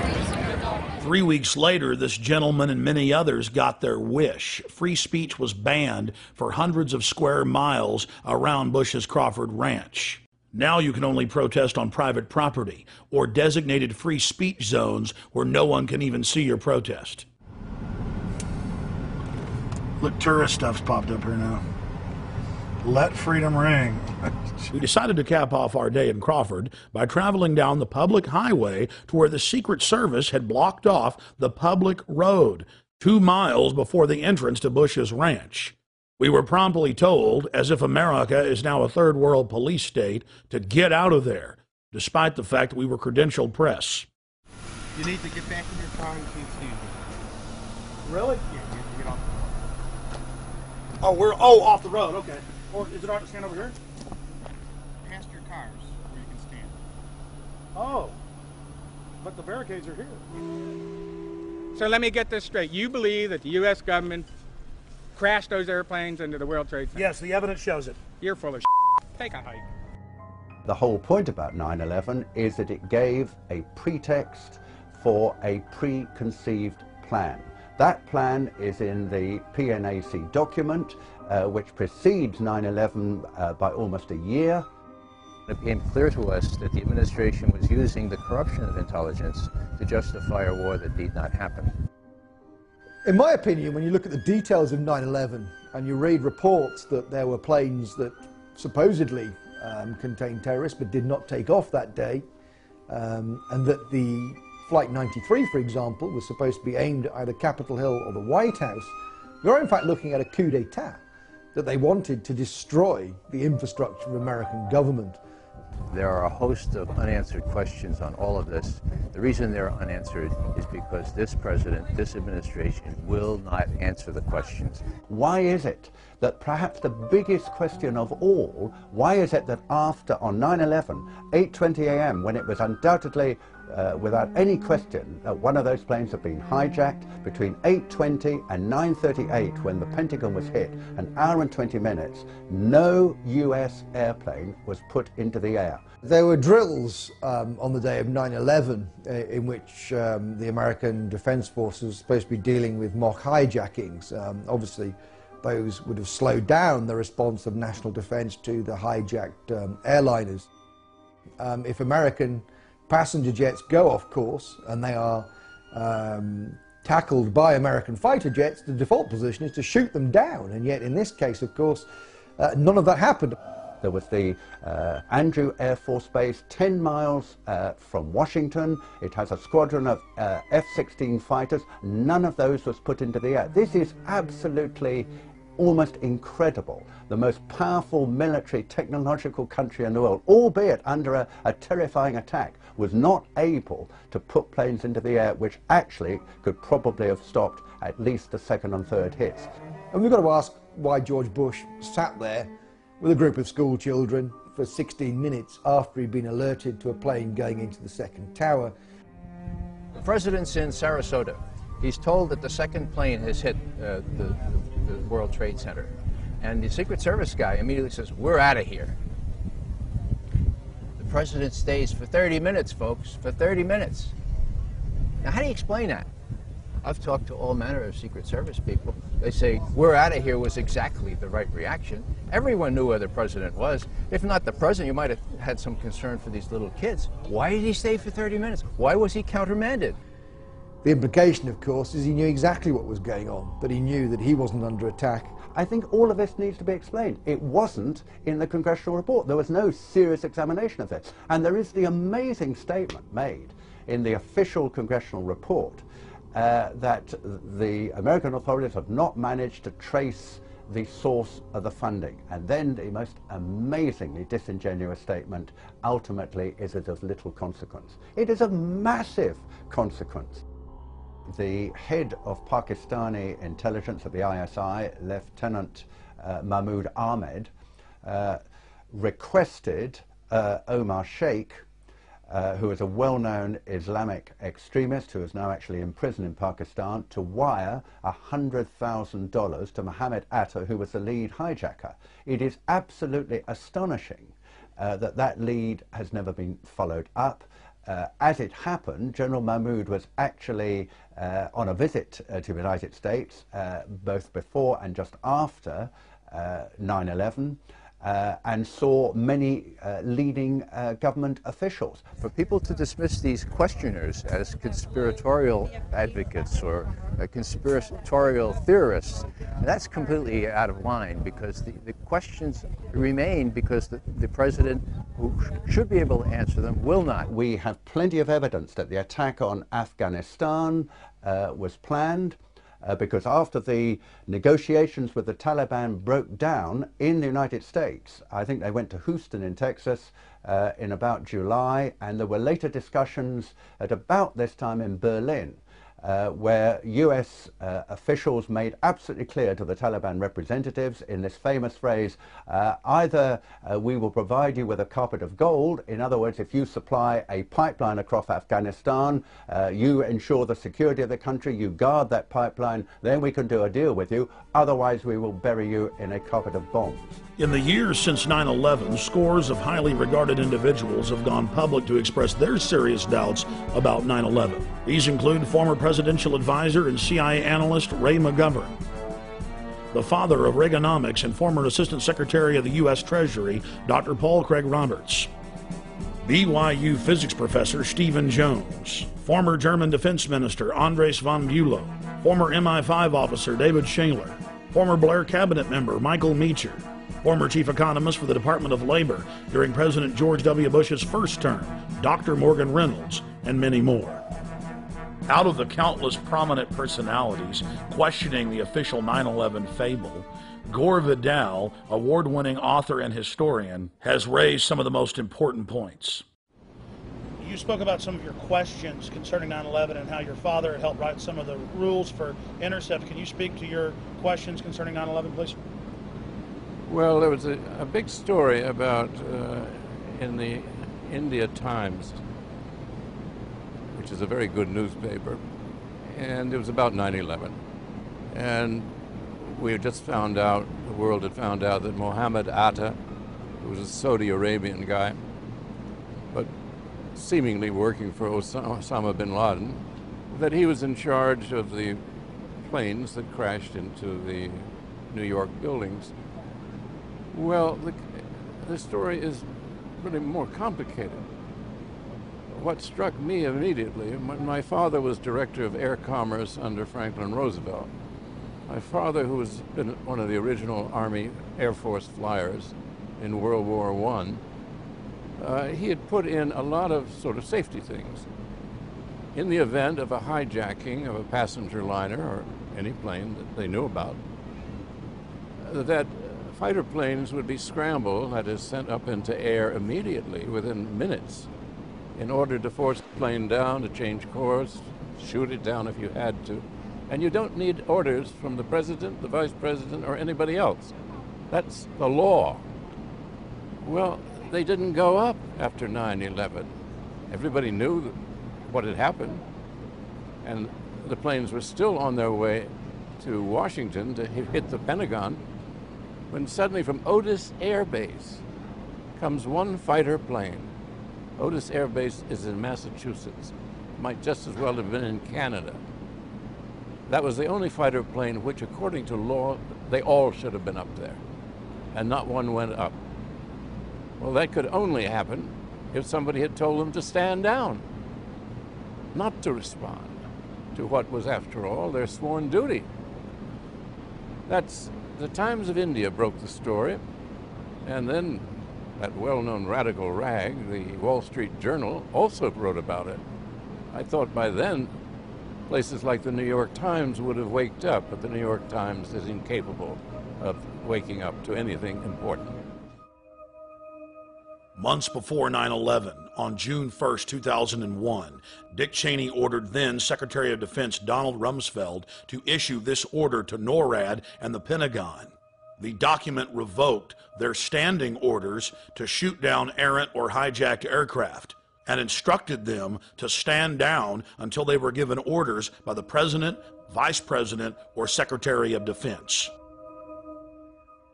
Then on 9/11, NORAD and the Pentagon waited for over an hour while the attacks were taking place for the orders to defend America that never came. Here is Transportation Secretary Norman Mineta testifying before the 9/11 Commission about an aide coming in to the Vice President on the morning of 9/11 as what was reported as Flight 77 was approaching the Pentagon. From the exchange, it is clear that Dick Cheney was ordering an ongoing stand down. I wanted to focus just a moment on the Presidential Emergency Operating Center. You were there for a good part of the day. I think you were there with the Vice President. And we had that order given, I think it was by the President, that authorized the shooting down of commercial aircraft that were suspected to be controlled by terrorists. Were you there when that order was given? No, I was not. I was made aware of it during the time that the airplane coming in to the Pentagon. There was a young man who would come in and say to the Vice President, the plane is 50 miles out. The plane is 30 miles out. And when it got down to the plane is 10 miles out, the young man also said to the Vice President, do the orders still stand? And the Vice President turned and whipped his neck around and said, of course the orders still stand. Have you heard anything to the contrary? Well, at the time I didn't know what all that meant. And the flight you're referring to is the flight that came into the Pentagon. Vice President Dick Cheney had bound the hands of the military behind their backs, and he was refusing to cut them.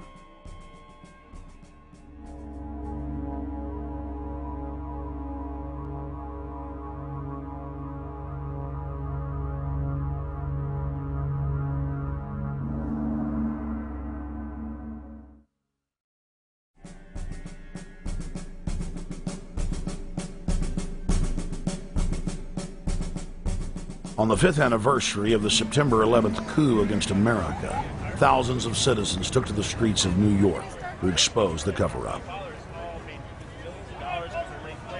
The people are sick and tired of the real perpetrators of 9/11 grandstanding like heroes and using the tragedy as a pretext to turn America into an Orwellian police state. Once everybody gets here, we're going to all get together, we're going to go over to Ground Zero. We're here to get the information out. We're here to talk to the media.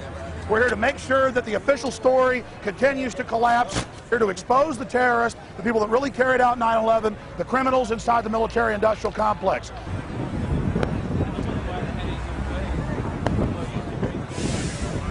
The vast majority of New York firefighters and police that we spoke with, off the record, said they knew that 9/11 was an inside job.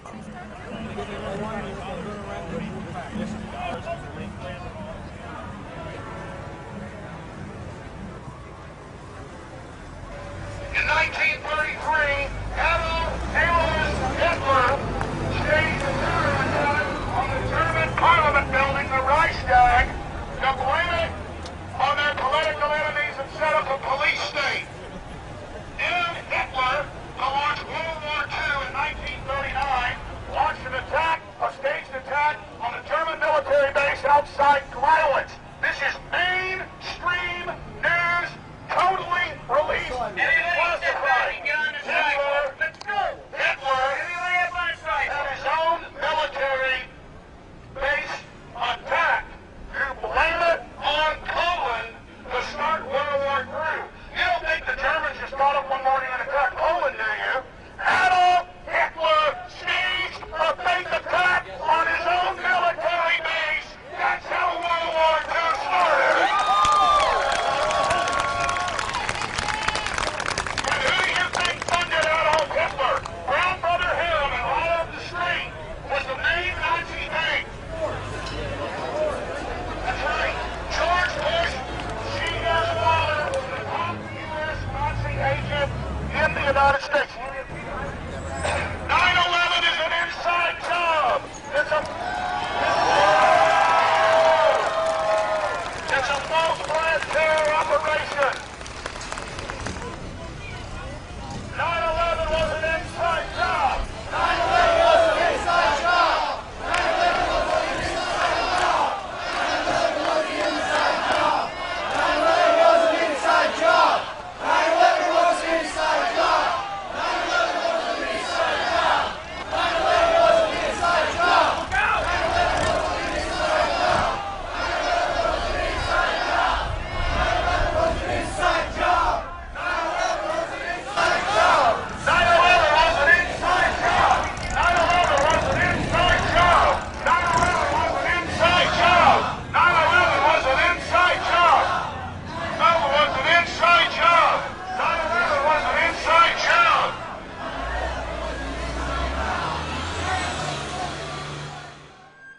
One of the establishment's favorite tactics to counter 9/11 truth is to claim that it hurts the feelings of the victims of 9/11 and their families to bring up alternative theories. Bill Doyle is the head of the Coalition of 9/11 Families, the largest 9/11 victims organization. He reported to us that the majority of the members of his group believe that 9/11 is an inside job and that they're sick and tired of the massive concerted effort to cover up the truth by the controlled corporate press and the government. This is a very important point because the controlled media continues to claim that victims and their families don't want questions raised about 9/11. Every single 9/11 group we've talked to wants the investigation reopened and believes that there is a cover-up at the bare minimum. Bill Christensen was formerly the head of the CIA's Department of Foreign Threat Assessment. He has said that all the evidence points towards a total inside job. Former CIA clandestine case officer Robert Steele has gone on record saying there's enough evidence to indict Dick Cheney for involvement in 9/11. In early June of 2006, we traveled to Chicago to meet with fellow 9/11 truth seekers and expose the official story as a fraud. You cannot hide the truth. You will not hide the truth. It's coming out. Your crimes are coming out. Ladies and gentlemen, 9/11 is an inside job. It's a self-inflicted war. It's a government false flag terror operation. Research it. More people are waking up every single day. More people realize what the stakes are. They love their families, and they understand that the government is carrying out terrorist attacks as a pretext to re-engineer America into a police state. Why? To capture us to be their political slaves, to use us as an engine of global empire, to invade the planet. While in Chicago, we had a chance to again speak with former MI5 agent Andy Michon. I'm convinced that 9/11 was an inside job. And there are a number of compelling reasons why I think it was an inside job. Primarily, the collapse of the Twin Towers, which look to me to be controlled demolitions. Also, the collapse of Building 7 of the World Trade Center complex.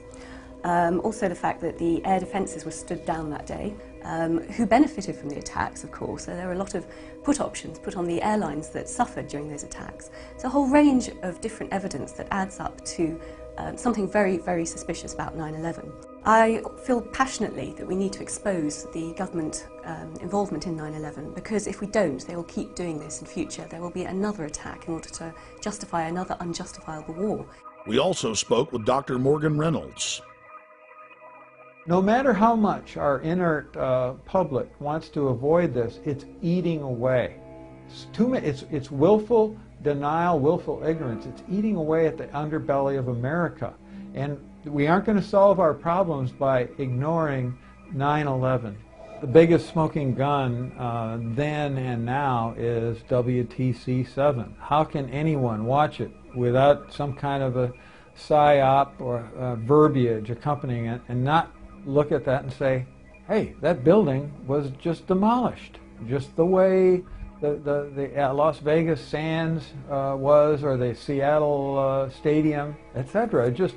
There's no way around that. Here we are in so-called broad daylight. It's 5:20 p.m. and we've got cameras on it. And what other explanation can there be for this very conventional-looking collapse in under 7 seconds? That just has crime, inside job written all over it. We need real convictions. We need arrests. We need prosecutions.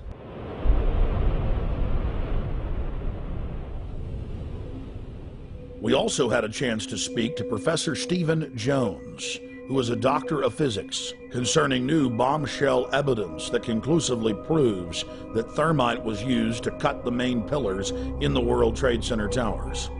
There is this molten material flowing out of the South Tower just before its collapse.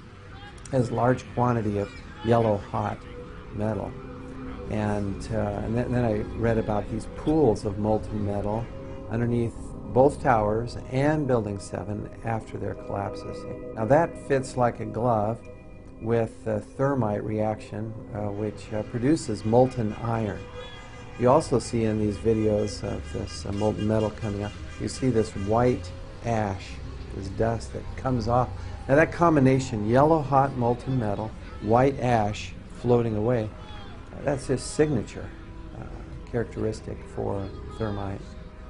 And then finally, we got some samples of this metal, the previously molten metal.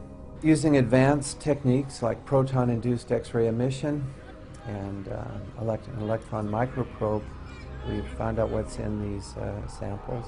We're finding iron, also sulfur, potassium, and manganese. And these are characteristic of a variation of thermite, which is used to cut through steel very rapidly. It's called thermate. It's like, sure, you can take a knife, you take the butter out of the fridge, and you cut through that butter. Now, adding sulfur to thermite and also potassium permanganate, these chemicals, it's like heating up your knife to a very high temperature. Now it slices right through the butter. Even if the butter is cold, slices right through. Same way here, by adding sulfur and potassium permanganate to thermite, it'll now slice through structural steel very rapidly. But the end products then, you'll have sulfur and potassium, manganese, and iron. And that's what we see.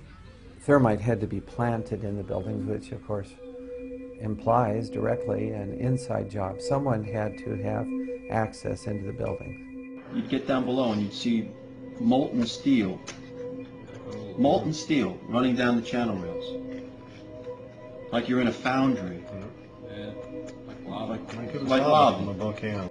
We spoke with former Minnesota Governor Jesse Ventura to get his perspective on 9/11. Ventura has told the press that he is so concerned about the attack on the Bill of Rights in this country that he has now moved to Mexico and believes the country is sliding into full-bore fascism. I would just like to get your view, your take on 9/11, Gulf of Tonkin, JFK, all of it. Well, I think the most interesting thing to talk about today is, if people aren't aware, that due to the Freedom of Information Act, in the early 60s, the Pentagon had an operation called Operation Northwoods, and it never came to reality, but it was on the table that our military would attack certain cities within the United States and make it look like Cuba did it to justify an invasion of Cuba. It never happened, but just the simple fact that they contemplated it and it was actually on the table in the Pentagon, I find that just very disturbing, that they would, you know, even consider using our military to try to justify an invasion of another country.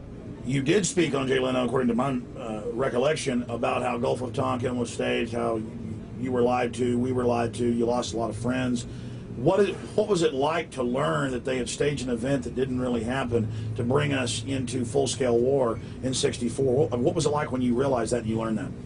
Well, it was very disappointing to believe in your country that they would lie to you to get into a war, that they would perpetrate a lie and that the media would go along with it. It's a real eye-opener, and you realize that if they would do it in the 60s, they'll do it again. If it works once, it'll work again. Government very much operates that way, and I really learned about it when McNamara did his tour with the film, and he came to Harvard when I was teaching there, and they pretty much had to lock me up in a room so that I wouldn't confront him.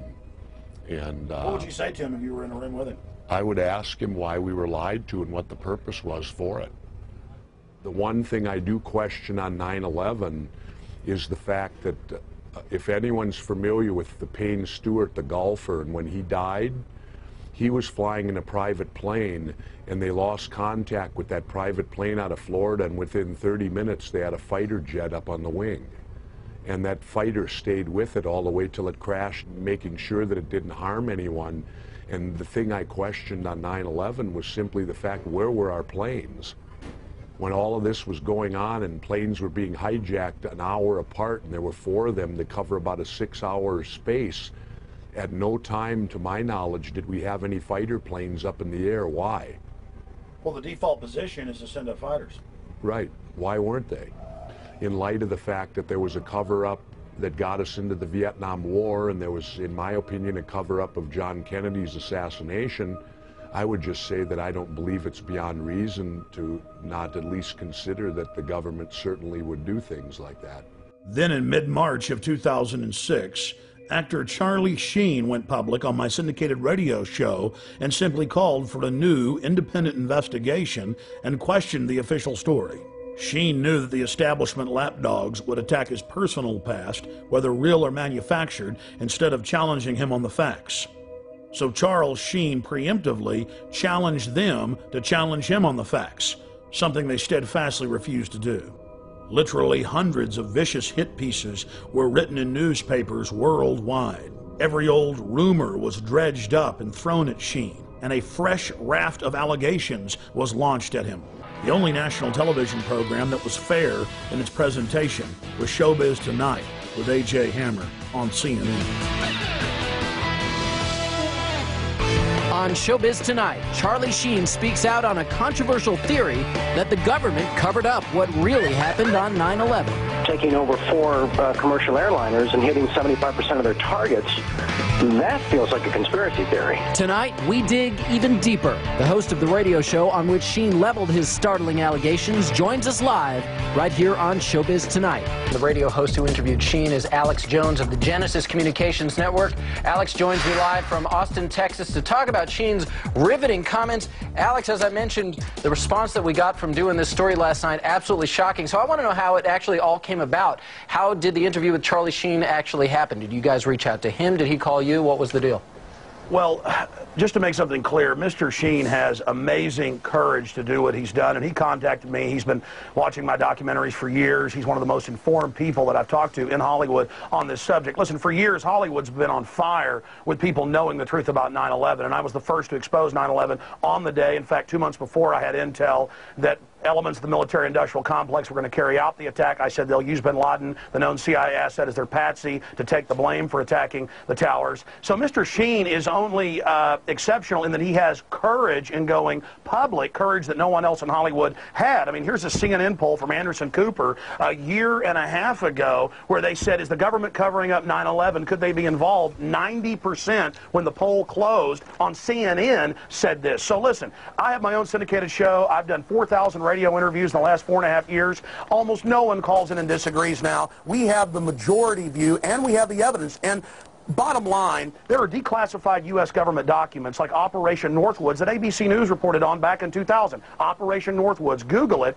and in there the U.S. government, an element of it said we want to hijack jets by remote control, crash them, and blame it on the Soviet Union and Cuba. Now, that was decades ago. This is why we believe this. Right. Then you look at the official story, the firefighters, the police, hundreds of them saying there were bombs in the buildings. They were told to shut up. You look at Building 7, detonators are going off. You can see the explosions. And Alex, a lot of this is what Charlie Sheen was covering. I'm actually just curious, did he reach out to you guys? Is he the one who put the call into you? Sure. Is that how he wound up on your show? Sure. He called me a few weeks ago and said that he loves this country. He has nothing to gain from this. I mean, in fact, it's dangerous for him to do. But he said, I love this country and my kids so much that I'm going to do this, Alex. And I said, God bless you, because now it may spur other Hollywood people who've got major pull, who know the truth, to start going public. Look, it's really simple. Let's understand this, okay?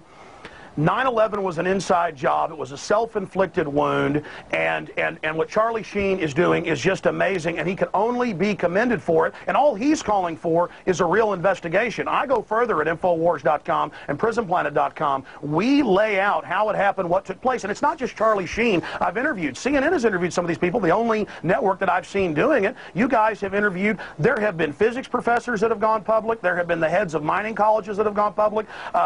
George Bush Sr.'s top CIA advisor who briefed him and briefed Ronald Reagan, one of the highest level guys at the CIA, says our government is clearly involved in carrying out terror to blame it on foreign enemies. Did you know that on CIA.gov they admit that they carried out terror attacks in 1953 to blame it on Mohammad Mossadegh in Iran as a pretext to overthrow Alex, Iran?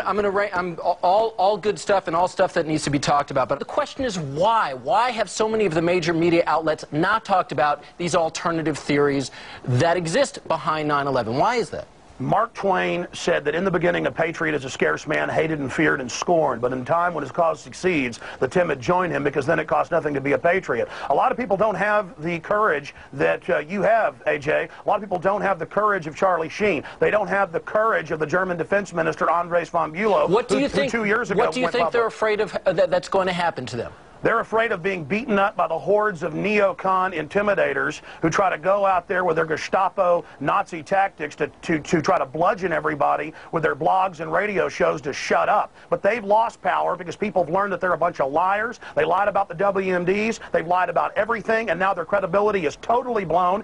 The new White House memo just came out where Bush was talking about staging the shoot down of American planes to blame it on Saddam. That's public. That's admitted. We have been getting an overwhelming response to our Showbiz Tonight's question of the day. Charlie Sheen speaks out. Do you agree with his assertion that there is a government cover-up of 9/11? Let's take a look at how the vote is going so far. 82% of you say yes. Only 18% of you say no. I had a sense that this thing was going to get hot. I didn't realize that, as you say, it was going to go supernova. But if they continue to attack me personally, it only gives credence to our side of the argument. People want the truth. They want the truth. And what's been offered to us resembles nothing of the sort. He says is, don't believe me, check out the facts. Go look at the evidence. Don't believe the attack dogs. It isn't about Charlie Sheen or Alex Jones or A.J. Hammer. Right. It's about NORAD standing down. It's about bombs in the buildings. It's about Pentagon documents saying they wanted to carry out these attacks and blame it on foreign enemies. This is all public. That's why all these physicists and politicians and people and congresswomen, ideas are bulletproof. And the New World Order better stop carrying out terror attacks. We've caught them over 200 times in the last 100 years. Western governments doing this. Hitler does it. The British do it. The Russians did it.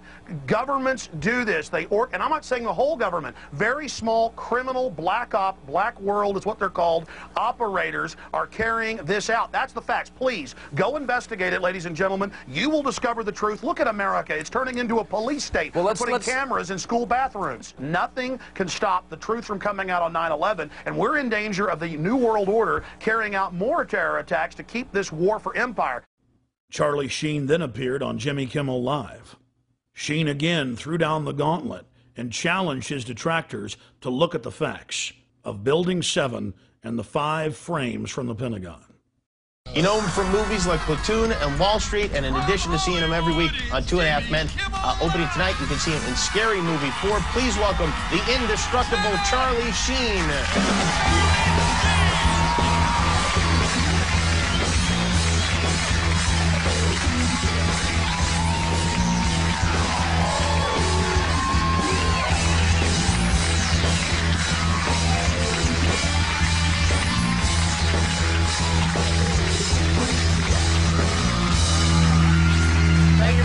Happy almost Easter. Hey, back at you. Thank you. You had some interesting comments. You were on a radio show and you talked about 9/11, and you have is it a theory or you just don't believe the government account of what happened on 9/11?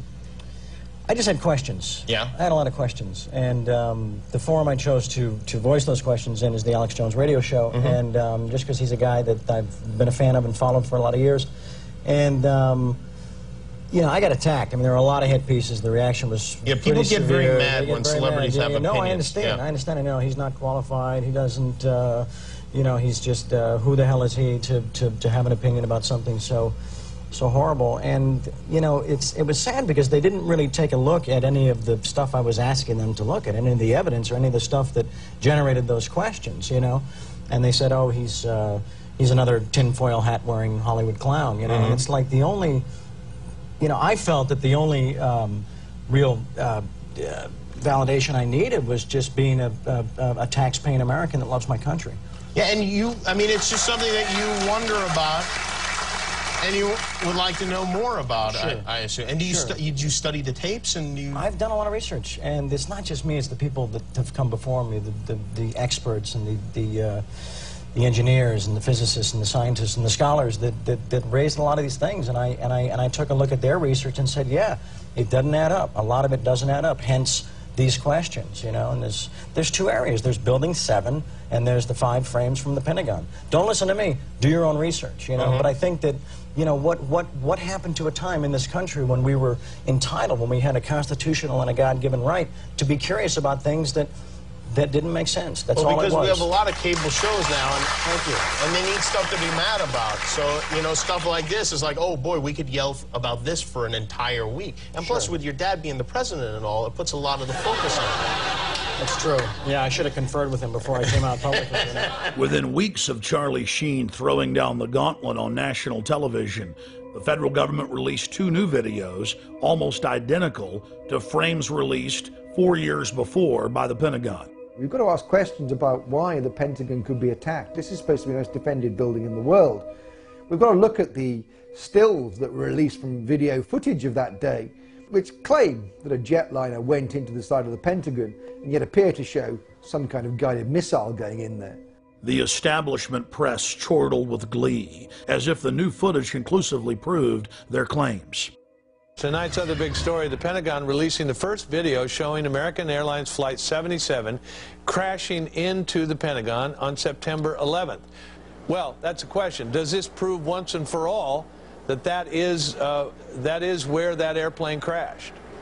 Well, I would have thought that over the years that was never a question, but some folks had a question about that. I think that question is now once and for all answered. Since the first days of 9/11, the establishment press has only focused on the Pentagon controversy and not the hundreds of other smoking guns and serious questions that have been raised. We have to ask ourselves, why?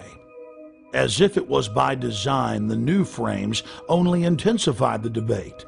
No passenger plane is evident in the still frames. They're more than happy to endlessly focus on the Pentagon, but they won't touch Building 7.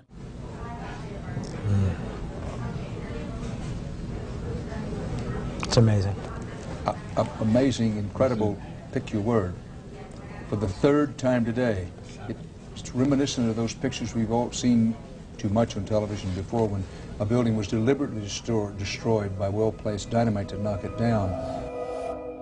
We have the owner of the World Trade Center complex admitting on tape that he ordered the building demolished on the afternoon of 9/11. I said, you know, we've had such terrible loss of life. Maybe the smartest thing to do is pull it. And they made that decision to pull, and then we watched the building collapse.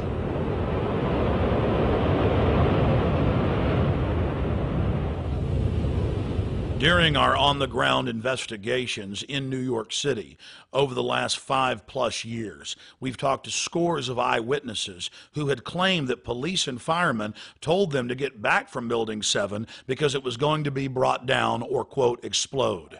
Building 7, while I was listening to live feed from our local public radio station later in the afternoon, they talked about Building 7. Building 7 was fine. There was no airplane that hit it. And then they even began to ruminate on the air about demolishing the building. I said, well, I don't know. I mean, you can put out fires. You know, why would you talk about demolishing a building that, you know, it wasn't hit by anything? You know, the fires weren't bad or anything like that. I will say that I spoke to a cop on 9/11 who said that it was going to come down. I don't know how he knew that. Now, archived CNN footage has surfaced showing video footage of a New York City police officer telling cameramen and civilians to get back from Building 7 because the building was going to blow up.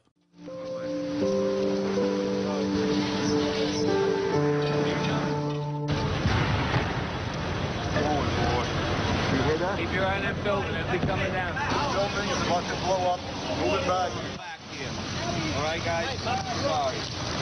We are looking back. The building is about to blow up. All flame, debris coming down.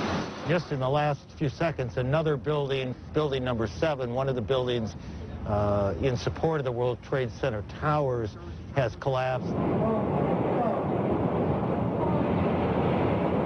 This is no small building, as you can see, at 47 stories. It would stand out in most American cities.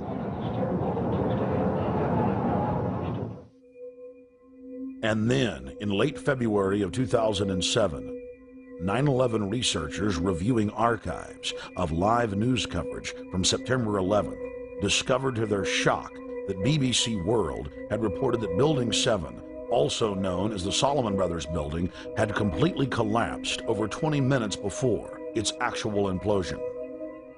First anchors at the London news desk reported it. Now, more on the latest building collapse in New York. You might have heard a few moments ago, I was talking about the Salomon Brothers building collapsing. And indeed it has. Apparently that's only a few hundred yards away from where the... They then cut to BBC reporter Jane Stanley in New York, who also reported that the Salomon Brothers building had fallen, all the while with the building clearly visible behind her through the window. Our correspondent, Jane Stanley. Jane, what more can you tell us about the Salomon Brothers building and its collapse? Well, only really what you already know. Details are very, very sketchy. There's almost a sense downtown in New York behind me, down by the World Trade Centers, of just an area completely closed off as the rescue workers try to do their job. But this isn't the first building that has suffered as a result. We know that part of the Marriott Hotel next to the World Trade Center also collapsed as a result of this huge amount of falling debris from 110 7 floors of the two twin towers of the World Trade Center. As you can see behind me, the Trade Center appears to be still burning. We see these huge clouds of smoke and ash, and we know that behind that there's an empty piece of what was a very familiar New York skyline. Another BBC News channel, BBC 24, also got the word and reported the collapse 20 minutes before it fell. Enormous building in New York has collapsed. It is the 47-story Salomon Brothers building, which was situated very close to the World Trade Center right there in this financial capital. It then emerged that Aaron Brown of CNN reported from a rooftop overlooking Ground Zero that Building 7 had collapsed over an hour before it actually fell. We are getting information now that one of the other buildings, Building 7 in the World Trade Center complex, is on fire and has either collapsed or is collapsing. And you, to be honest, can see these pictures a little bit more clearly than I. But Building number 7, one of the buildings in this very large complex of buildings that is the Trade Center, there were, and that is the right way to put it, there were the two towers. But then there are a number of support buildings around it, and now we are told that there's a fire there, and that building may collapse as well, as you can see. We can see as we look now back downtown, we can see the billowing smoke. CNN and BBC's reports conclusively prove media prior knowledge and false start scripting of Building 7's controlled demolition. Couple that with hundreds of police, firefighters, and rescue workers stating that they were told to get back from 7 because it was going to be brought down. There can be no doubt that Building 7's destruction was an orchestrated inside job. 9/11 was just one salvo in an ongoing war against the free peoples of the planet. It's all part of their terror storm. Pentagon war planners now publicly admit that 90% of their battle plans are psychological versus physical. The information war has taken the place of aircraft carriers, fighter bombers, and Abrams M1A tanks. And you, the population of the planet, are the target. Put simply, modern warfare is all about selling the population to love its own enslavement. The elite are waging war on the people. Edward L. Bernays is regarded by many as the father of public relations. He was born in Vienna, Austria. Bernays was the nephew of Sigmund Freud. Bernays pioneered the use of psychology and other social sciences to design public persuasion campaigns. He published several scholarly works still used in universities worldwide today. On page 71 of his book Propaganda, Bernays wrote, "If we understand the mechanisms and motives of the group mind, is it not possible to control and regiment the masses according to our will without their knowing about it?"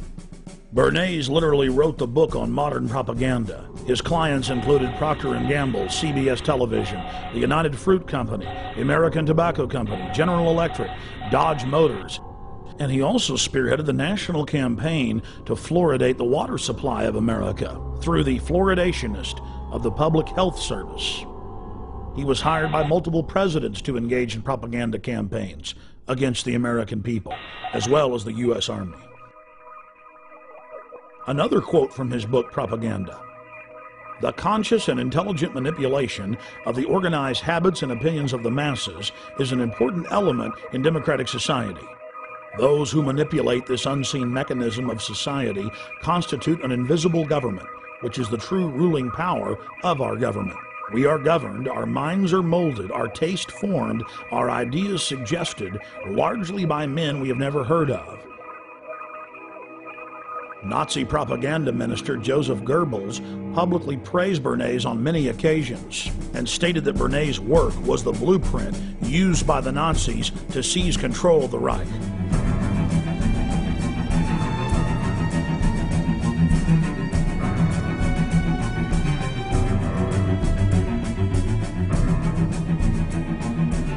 Edward Bernays advanced the science of propaganda light years.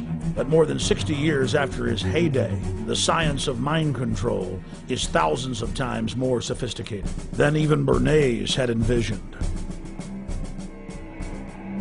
Since the dawn of man, bullies have attempted to dominate and control the tribe. Human history has been one long struggle of the independent free human against organized crime syndicates attempting to enslave him. Brute force has been replaced with intimidation and propaganda. We are manipulated into enslaving ourselves. We are conned into believing that the establishment is our loving keeper and not our parasitic master. The New World Order architects are a group of predatory control freaks who have enslaved humanity and are desperate to keep control of their cattle. The elite is threatened by independent free humans who control their own destinies. They're threatened by intelligence, by beauty, by honor, by family. They seek to control and steer the destiny of humanity in a direction that secures their power monopoly forever. They are sadistic, they are callous, they think nothing of human life, only control and keeping that control. The entire world is being engineered, designed to be a prison planet, a control grid over free humanity, where no dissent is tolerated. Once you realize that the establishment is laughing at you, you can begin to research the truth and start fighting back. Once you understand their game plan, it's very easy to defeat. Knowing who your enemy is half the battle. Taking action is the other half. You only have to free your mind, and defeating the globalist will be easy.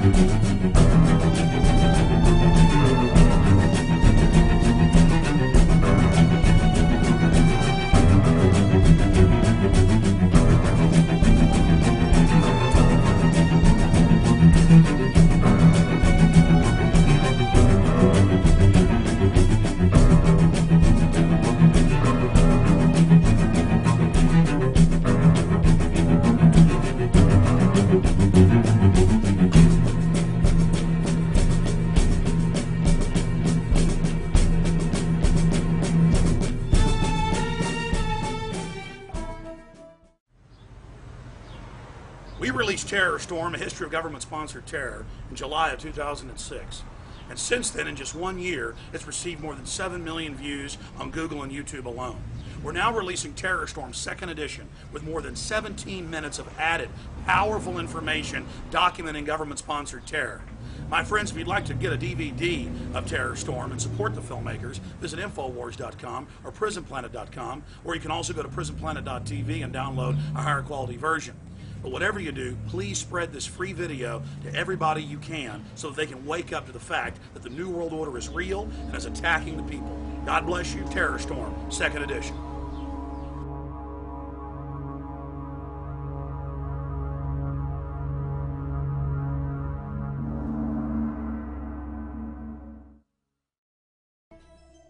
Hey guys, get your cameras on. Yeah, what's going on?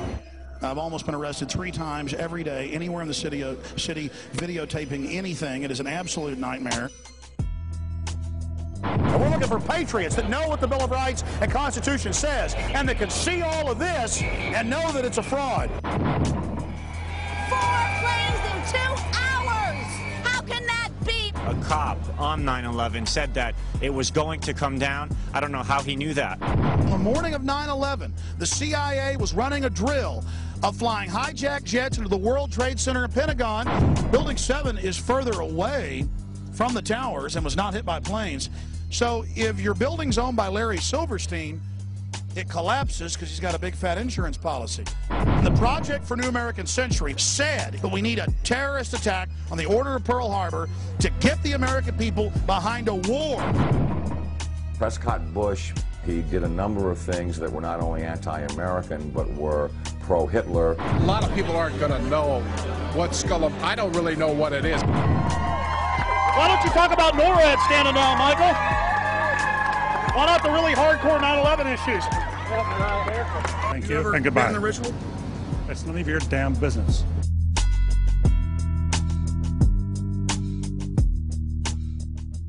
We're talking about the Bohemian Grove and trying to see what locals think about it. You're talking about the Bohemian Grove, quote-unquote elite and presidential retreat. I can't even begin to imagine what we're going to discover when I infiltrate tomorrow. What about the rituals? Have you heard anything about the rituals that go on? Oh, there's all kinds of rumors about rituals. Oh, no. it's politicians. And now we're going to infiltrate. I think we should go and see what we can see. Do you worry for Alex, Violet? I do. Alex gets so impassioned by what he's doing that sometimes I'm afraid that he might be a little too fearless. While we're inside the Bohemian Grove. Sense on earth sets us free.